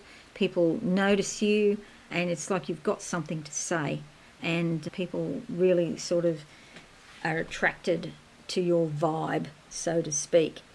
And then the full moon on the 28th or the 29th if you're in Australia or New Zealand, and it's a lunar eclipse in Taurus up here. So you have all of this energy going on here in your sign, and then all of this energy going on here in your opposite sign relating to other people, important, significant relationships, committed relationships. Sometimes it can be to do with legalities or people that you don't get on with very well, but mostly it's to do with your committed relationships. There's a bit of a shake-up here, and you may find that there's a sort of sense of my needs versus the other person's needs. So because the first house is all about you, and you have such an amount of energy going on there versus your significant relationships in the 7th house, the other person. So that's it, sensational Scorpios. Thank you so much for joining me, and I really appreciate it. And don't forget to check out your rising sign and your moon sign as well. Leave a like and a comment. I do read them. Thank you so much, and have a wonderful month. Bye for now.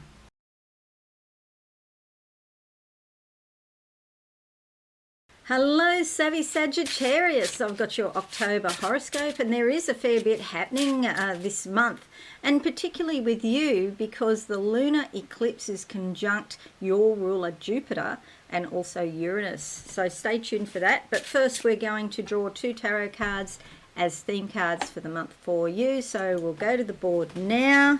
Here's your horoscope. You've got the cards. So beginning of the month, there's a great idea that comes to you, and I see this idea being planted straight into the ground. So it's like the sword of truth that I'm seeing in spirit, and it just, you stab it into the ground with great gusto. So it's just like you're grounding your idea in practical reality. Let's see what card we get. Lovely little vision there. The Hierophant. And this is excellent because it goes along, confirms that vision in a sense, because you're sitting on so much information here. And maybe you've been feeling unmotivated or a bit jaded or just sort of a lack of vitality, and you haven't done anything about that knowledge that you already have. The important thing to note is the key is in your hands. And here's 2 keys in your book of life: wisdom and knowledge. So you need wisdom to be able to apply the knowledge that you have in a practical way, so you can do something and make it real and make it physical. I'm a really big one about doing that because it's very airy. It's very easy to go off into airy fairyland and have all these beautiful spiritual experiences, which of course is great, and they serve as a starting point to ground whatever it is into the physical, to actually physically manifest. That's where people seem to have the most problems. Most people can pick up stuff one way or the other and get a sense of what's going on if they start to focus on that area of their life. But the trick comes in being practical and bringing it down to earth, bringing heaven down to earth. You can do it with your knowledge and your wisdom. It's a major arcana card, so this might not happen in October. It might take some time, and that's about, in October you can make real inroads into bringing your dreams to earth. Let's have a look at the second half of the month for you. There's a rocket taking off here, which again confirms or adds some sort of weight to what I was just saying. The rocket is an idea taking off into space and going through the clear blue sky. And the sky, that is the sky of mind, your ideas and what you think about things. The card that comes up is the 3 of Pentacles. So there could be some sort of a financial recompense here in this idea, because this is about using your art, your talent, your skills and ability to make things physical. And sculpture is a particularly physical mode of artistic expression. And so with a lot of work and talent, you can really achieve something beautiful and make some money out of it. So that's the second half of the month. You might work out a way to do that. So bearing these cards in mind, let's have a look now at your horoscope. I'll make that a bit bigger so you can see more easily. The first thing to notice is this kite pattern. Everybody, all of the signs are starting off with a kite aspect pattern this month.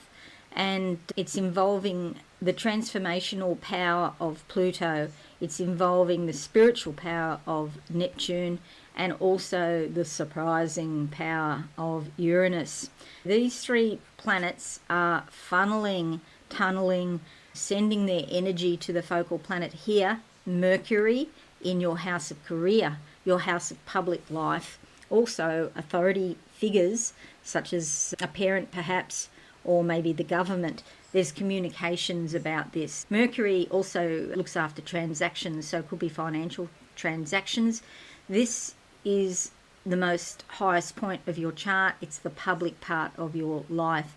And as I said, it's the house of career, not just work. Your normal everyday work is like the sixth house, which you do have a lot going on there too. And that's where your ruler is, and I'll talk about that in a moment. But this is your vocation. This is your life mission, what you're here to do. And so it's particularly important.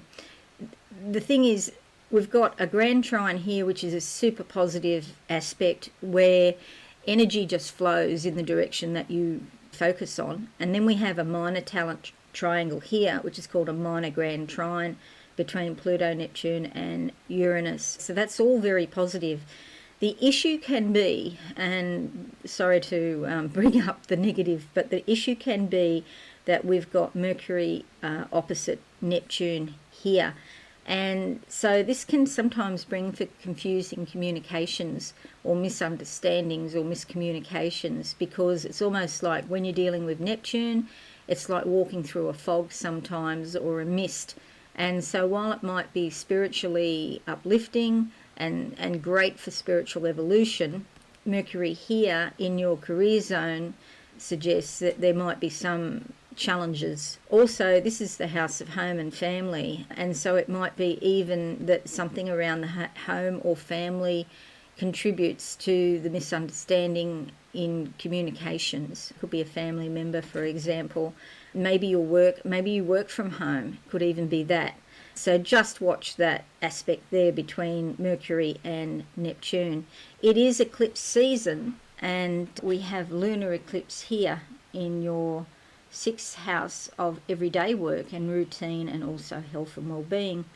And the moon typically spends 2.5 to 3.5 days in each house.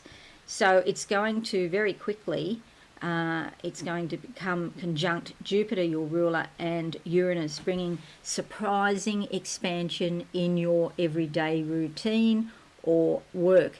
You might find you've got more work to do, and it's sort of a pleasant surprise, and maybe you've been hoping for that for some considerable time. Let's have a look at these influences one by one, the other influences. So, for example, on the 4th, Mercury enters Libra up here, bringing a lot of communications and brilliant ideas concerning your associates, the groups that you belong to, and also your friends and your hopes and dreams. Communications in Libra, these are likely to be very positive, favourable, smooth flowing and polite or courteous, because Libra loves to be courteous. So very positive there. Venus enters Virgo on the 8th up here, again bringing very beautiful energy to your career zone. You could meet beautiful people. It could be to do with finances, but Venus often encourages people to spend a lot of money because she likes beautiful surroundings. You might be spending money in setting something up to make it beautiful, for example. But Venus here brings very good relationships with co-workers in career and employers, employees, anything to do with your mission in life. On the 10th, Pluto turns direct. It's still in your house of money. It's been here for a rather long time now, somewhere like 15 to 20 years. And it will continue to be here for another year or two, because it only does about 1 to 2 degrees per year. But it has changed direction, and it's direct from the 10th of October. Most people won't notice this because Pluto is so far out. And it's only a small planet, but it's not a planet anymore, is it? But in astrology, we still regard it as a planet. But it's so far out that it's sort of like more involved with the collective, but can bring quite transformative effects in people's lives individually as well. And it's been transforming your finances for some time. But another year or two, it'll be into a different zone, if you like, a different house, and moving away from your money, you'll be pleased to know. On the 12th, Mars enters Scorpio up here, bringing a lot of ambition, energy, vitality to your groups, associates and your friends, and also your hopes and dreams. You might get very definite about what your hopes and dreams are and start to funnel lots of energy into those hopes and dreams. On the 14th, the solar eclipse is in Libra as well. Real party going on here to do with friends. A great time for socialising as well. And what's going on in the 11th house often activates what's going on in the 5th house. And you have a fair amount of energy here, particularly to start the month off on the 1st, with Chiron, the North Node, and the Moon. So this could be bringing up issues around your socialising, around romance or creativity and the world of the child. An old wound may come to light from the agency of the Moon. But the North Node is basically telling us that getting out and socialising, having some fun, leisure and pleasure and romance in your life is very important. And the solar eclipse in Libra up here is definitely going to help with all of that. Okay, on the 22nd, we have Mercury entering Scorpio as well. And on the 23rd, we have the Sun coming into Scorpio as well. So this is your house of the unconscious, the divine feminine. And with the Sun, it could bring some enlightenment. It could bring some insight and awareness around your subconscious forces. Look at your dreams, do meditation, catch the little symbols that are trying to give you messages during the day. And with Mars there, Mars is not very at home there. So sometimes you may be feeling impatient or a bit peevish or irritated with Mars there. So just be aware of that. And finally, to finish, on the 28th, the full moon lunar eclipse in Taurus. Now, please, with all these dates, if you're in Australia or New Zealand, add an extra day because of the time difference. So the full moon here in your everyday house of work, giving a definite shake-up. However, it's likely to end up quite well because Jupiter brings good luck. Your ruler often brings good luck and expansion. So you may have more work. You may have more energy for your normal everyday routine, whatever that may be, and surprising little things may happen. Now, there is a tendency to associate Uranus with negative things, but it's not necessarily negative. Sometimes it could be something like, a lotto win or something like that. Although in the 6th house, that's probably not that likely. But yeah, a shake-up when the lunar eclipse gets there. You may have to change your routine, and something happens if you're working, your hours may change, but that might result in more hours or more work. All right, so that's it, everyone. Thanks so much. I hope this is useful for you, Savvy Sagittarius. Have a wonderful month. Don't forget to check your moon and rising sign as well. Thanks again. Bye.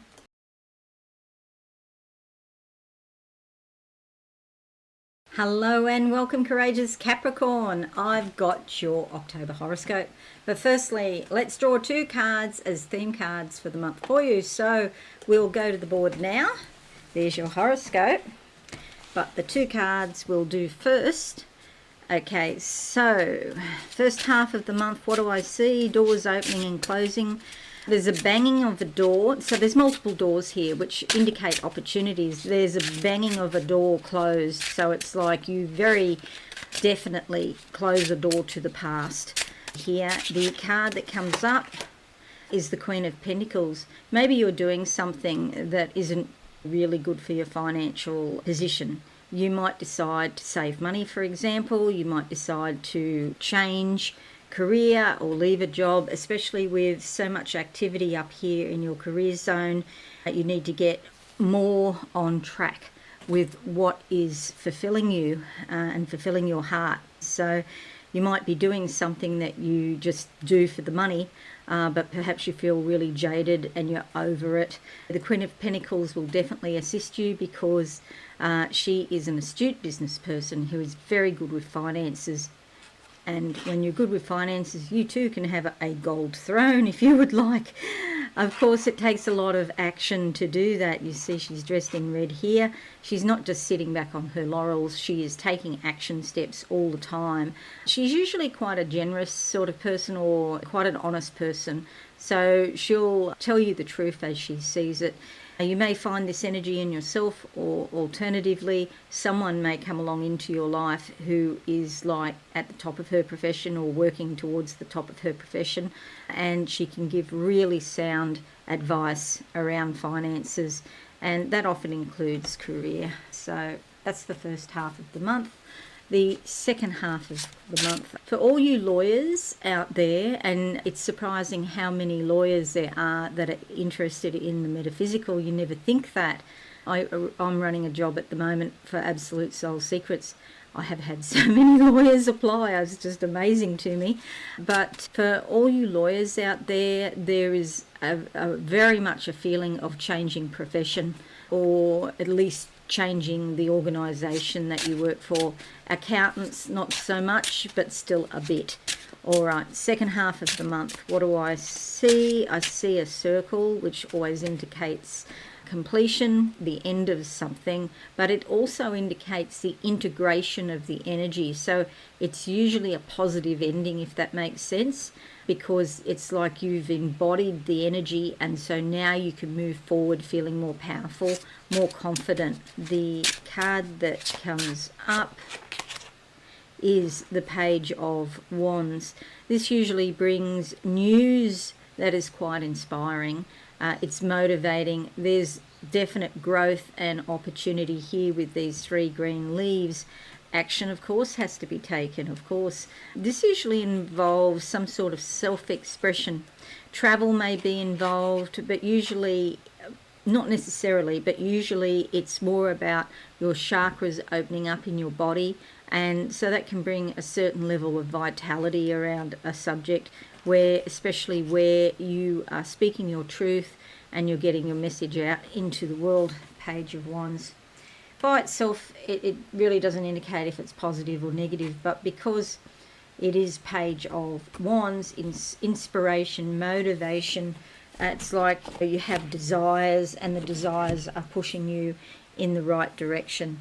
All right, so I'll make that a bit bigger, and now we're going to look at your horoscope.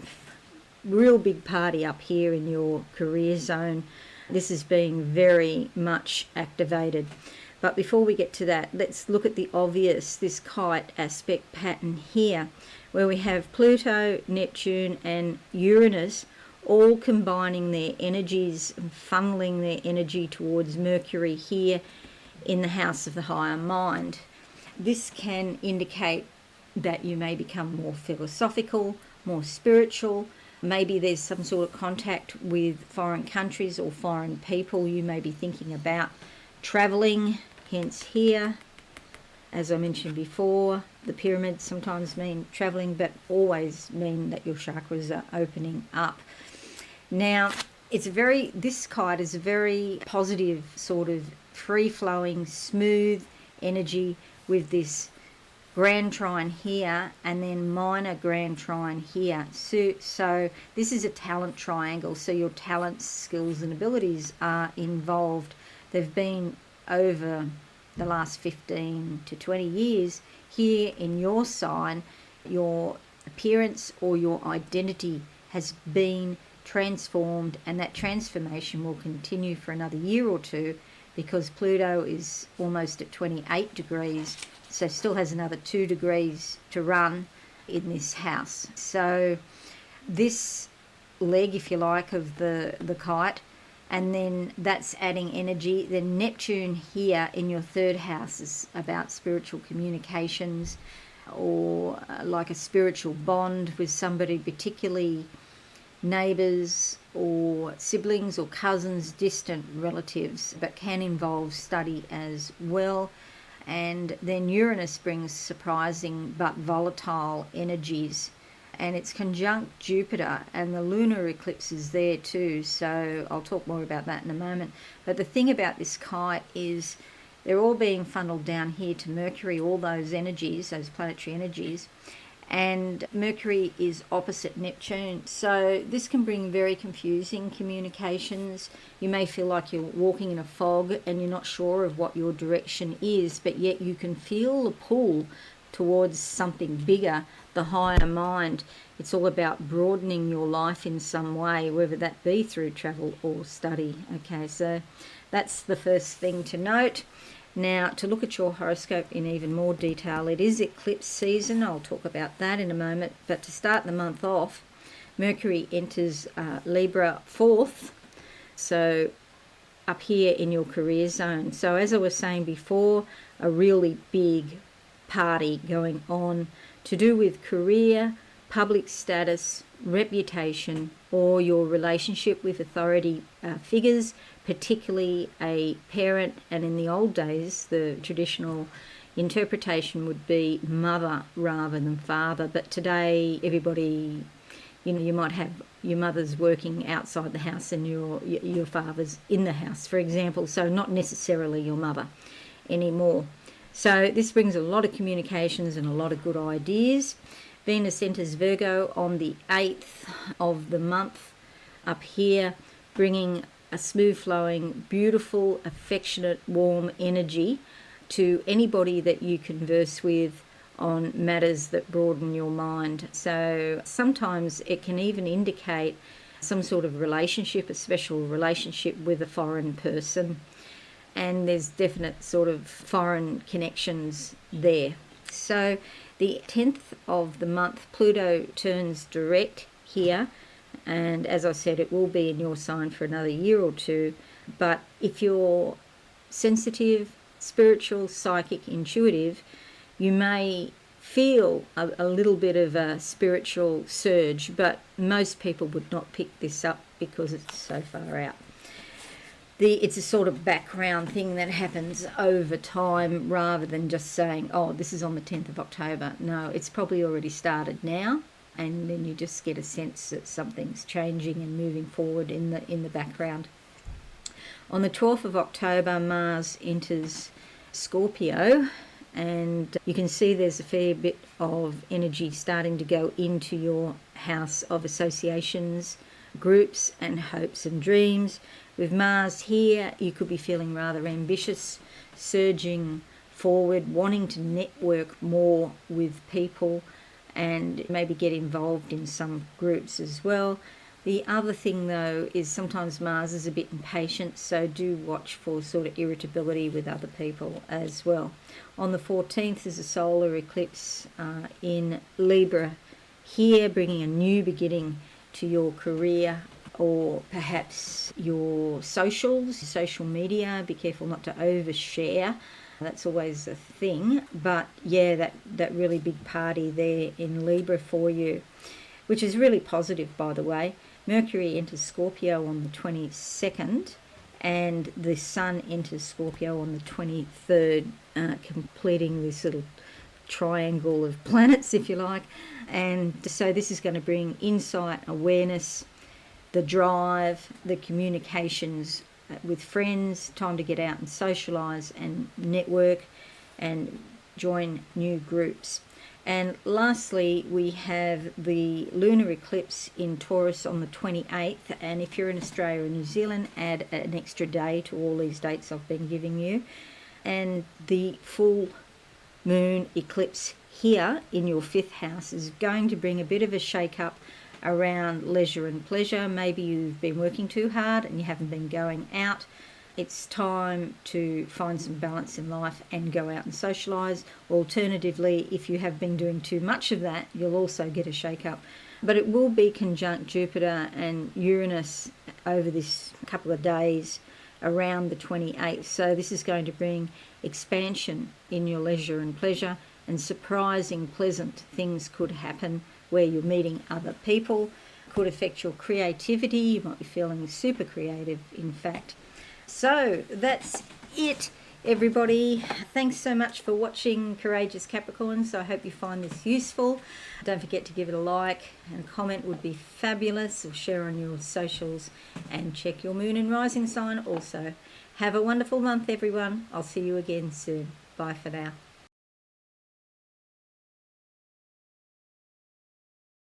Hello and welcome, awesome Aquarius. I've got your October horoscope, and it's another big month. Your ruler is conjunct Jupiter, so that's going to bring good news for you. But first we're going to draw the cards, 2 cards as theme cards for the month. Okay, let's go to the board now and do the cards first. Okay, closing my eyes for Aquarius. There's a great light that's grounded into the ground. It's in the form of a cross, so there's some sort of sacrifice involved in bringing something or manifesting something into physical reality. And it's in white light, so there's some sort of spiritual element to this, which is very important. I'm particularly interested because my husband is an Aquarian. What's he going to do? Okay, let's have a look and see what the cards have to say about that. He might be working around the home. That would be really good.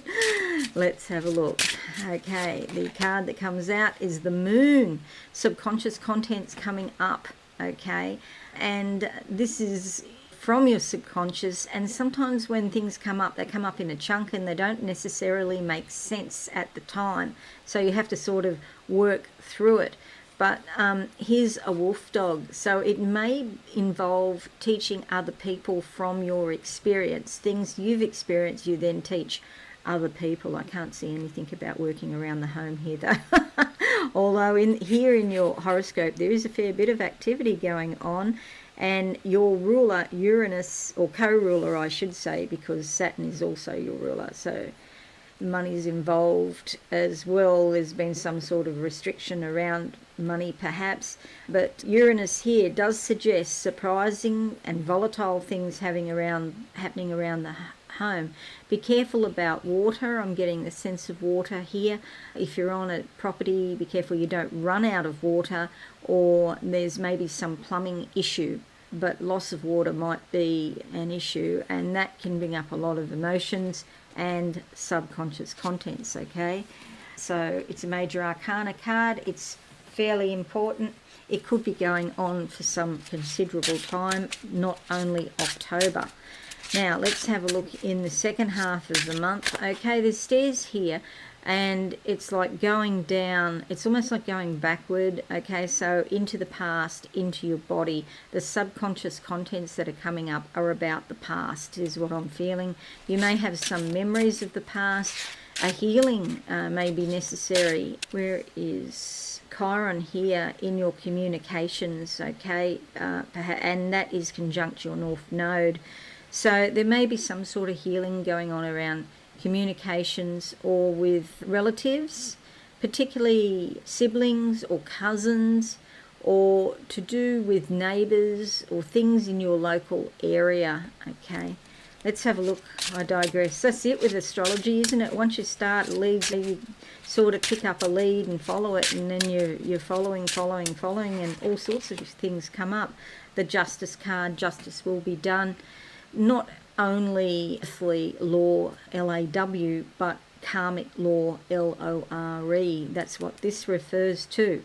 Sometimes, especially when there's activity here in the 7th house, it can mean human law, legalities. You've got Venus and Lilith there, so something is bothering you, connected to a partnership perhaps, an open enemy, maybe somebody you don't get on with, but you know who they are and they know who you are, or even in a relationship.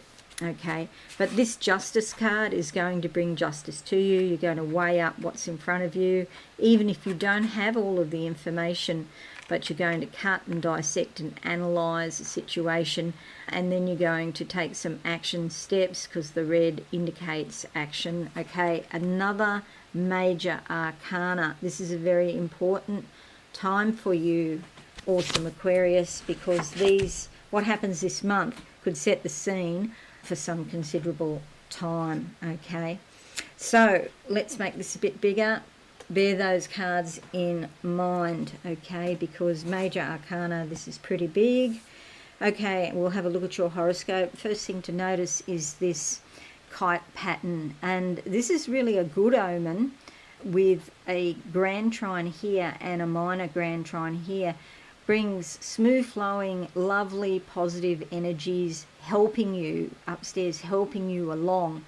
The only thing to bear in mind is that we have Mercury opposite Neptune here in your personal finance zone and your shared resources zone. So it's joint money or assets that you hold with somebody else, or you hold with the government, or maybe a governmental agency or a bank or something like that, okay?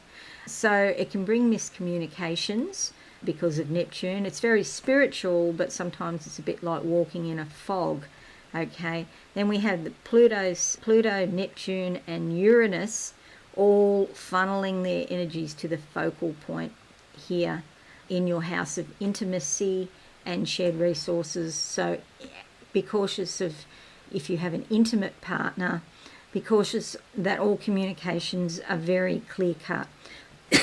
Excuse me, you may need to put some things in writing just to make sure that it is clear cut. Okay, so that's the first thing to note, and it starts the month off in a rather lovely way. There's some sort of transformation going on deep down in your subconscious, which is Pluto, and referring to this card here. So you're learning from your experience, and you could teach somebody else, but lots of stuff coming up from your subconscious that you can look at in your dreams, your meditations, the little flashes in the day. And the same with Neptune here in your house of finances. Sometimes that brings rose-coloured glasses around finances. You think you've got enough money, so put some money aside for a rainy day. And Uranus here at home, and there's quite a fair bit of energy here with a lunar eclipse, Jupiter and your ruler Uranus. Lots of changes around your home or with your family. On the 4th, Mercury enters Libra up here, and there's lots of communications, perhaps about travel or broadening your life in some way. This is a house of the higher mind. It's also related to spirituality and philosophy and other countries, foreign people, that sort of thing. Venus enters Virgo here, bringing beautiful, courteous, affectionate sort of energy around intimacy and things that you share with other people groups or government instrumentalities or corporations.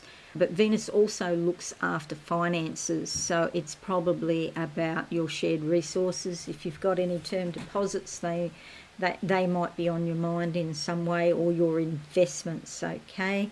Pluto turns direct on the 10th, and you probably won't feel it unless you're particularly sensitive. It is in your subconscious, and it's going to be here for another year or two, because it's 28 degrees. It only moves 1 or 2 degrees per year, and then it's going to burst into your first house, your sign, and your whole identity and appearance and how you relate to the world could be transformed, start to be transformed, because it spends 15 to 20 years in each house, so it's a very slow burn.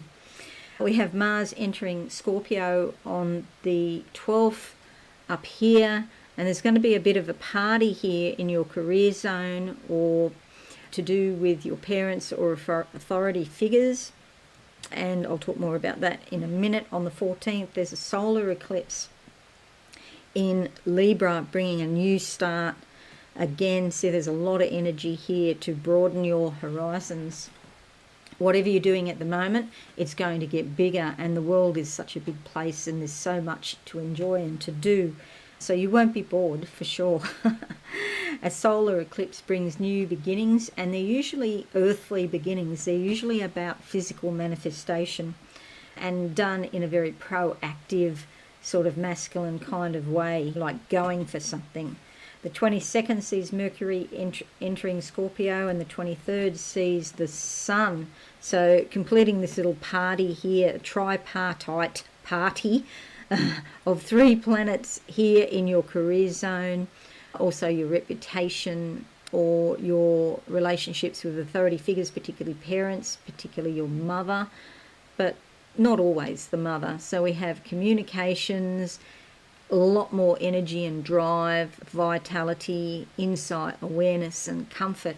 Just be a bit cautious with Mars there though, because it can bring arguments and impatience, particularly with parents or authority figures, including the people that you work for. If you're working for somebody else, if you're in your own business, then it's probably your customers you could get irritated with. Okay, so the other thing to note is that on the 28th, the lunar eclipse is in Taurus. Now, please add an extra day to all of these dates, okay? If you're in Australia or New Zealand, I'm quoting US time, New York time, Eastern time, they call it. Okay, so the lunar eclipse in Taurus down here at home and family, really shuffling things up, bringing a light to your home and family area. But there's some sort of expansion going on here, and Uranus, as I mentioned before, can bring really surprising things, okay? So something volatile, unpredictable may happen around the home or with the family, but it can bring some sort of expansion or good luck as well. So even if something breaks or goes wrong, you're likely to upgrade, and there's a bit of luck involved because you were probably thinking about upgrading anyway or something like that. And the lunar eclipse makes it a bit volatile to start. Typically, the moon only spends 2.5 to 3.5 days in each house. So it's really 27th, 28th, 29th, around for 3 days that it can have the effect, the strongest effect while it's there. But because it is an eclipse, it's likely to go on for some months, okay, and it may not be resolved at the end of the month per se. All right, so that's it, everyone. I hope this is useful. Thank you so much for watching. I really appreciate that. Don't forget to leave a like or a comment, and check out your moon and rising signs too. Have a fabulous month. I'll see you all again soon. Bye for now.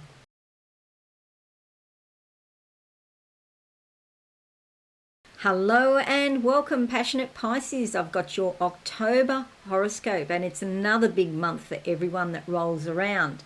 And also for you, because you do have your ruler opposite Mercury. So I'm going to talk about that more. But firstly, let's draw 2 cards as theme cards for the month. And we'll go to the board now and do that. So first card for the first half of the month, what do I see? This is like a water cooler or something like that. It's about emotions flowing, which they do with Pisces. Just be a little bit cautious this month that you don't get overly emotional about something. It's only a couple of drips that I can see of water coming out of the water cooler and onto the floor. So it's not going to be a big deal at all. It's only water. It's only emotions. Just letting you know that could happen, but we'll get more clarification as to timing and that kind of thing. The Justice card, a major arcana card, is very important. This is about karmic law, L-O-R-E, rather than human law, L-A-W, but it can also help with human law too. So keep your feet on the ground, be practical, and then you're going to weigh up the evidence in front of you on a matter. You're going to listen to your intuition, which is particularly strong as a Pisces. You do have good intuition, so you need to listen to that. Then you're going to wade through everything that's happened, and you're going to cut and dissect and get to the core of the issue. even if you don't have all of the information at your fingertips, you're listening to your intuition, it's going to tell you the right way to go. So major arcana, fairly important. The setup for this month could go on for some months, in fact for some considerable time, but justice will be done. So the second half of the month now for passionate Pisces, reading the newspaper, and then the newspaper turns into a dollar note. It's the American greenback that I see, and it's big. So big bickies, big money here is possible. The news, the opportunity that comes up in front of you can lead to big money. Let's see what card we get. Never seen that vision before. I think it's a lucky vision. The card that comes up is the Queen of Cups. So it is all about listening to your emotions, paying attention to what's going in. Somebody around you could be a particularly helpful influence. If it's not a person, it's in you already.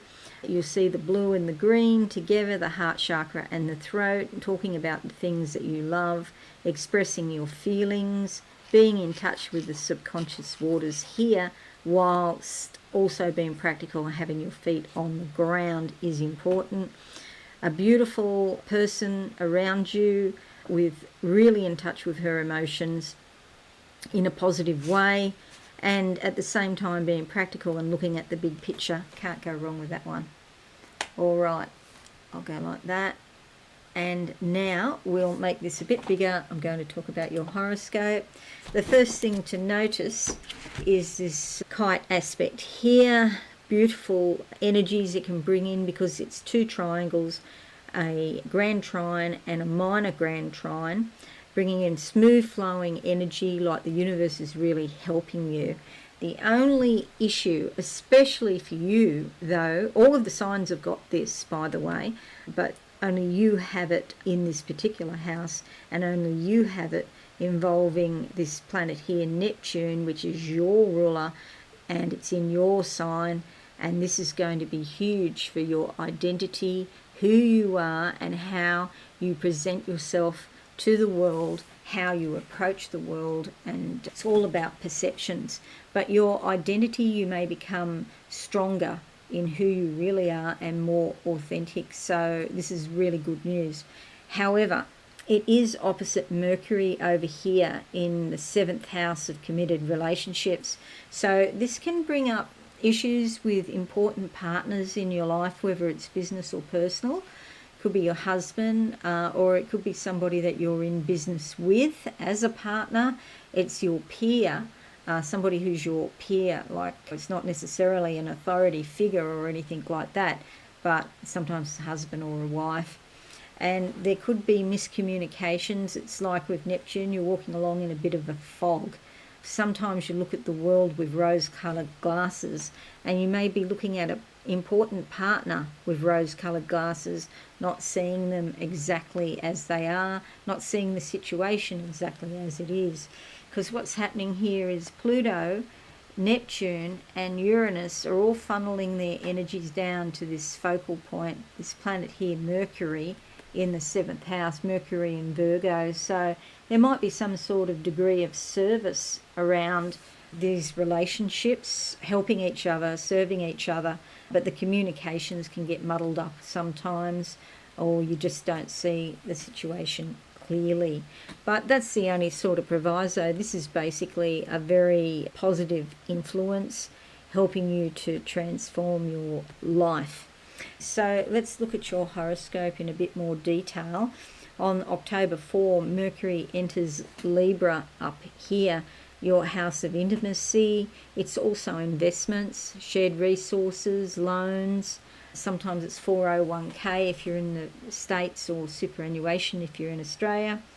It's those things that you share with somebody else, or you share with the government, such as taxes, or what happened to me a couple of days ago. I'm not a Pisces, by the way, but a couple of days ago I got this feeling to look in unclaimed money, and I looked in Australia for unclaimed money in Queensland and New South Wales, and there was nothing. I thought, and I didn't worry about it. Well, yesterday I got a letter from Delaware in the US, and there's all this unclaimed money. I mean, they're only probably $5 amounts. I know what they are.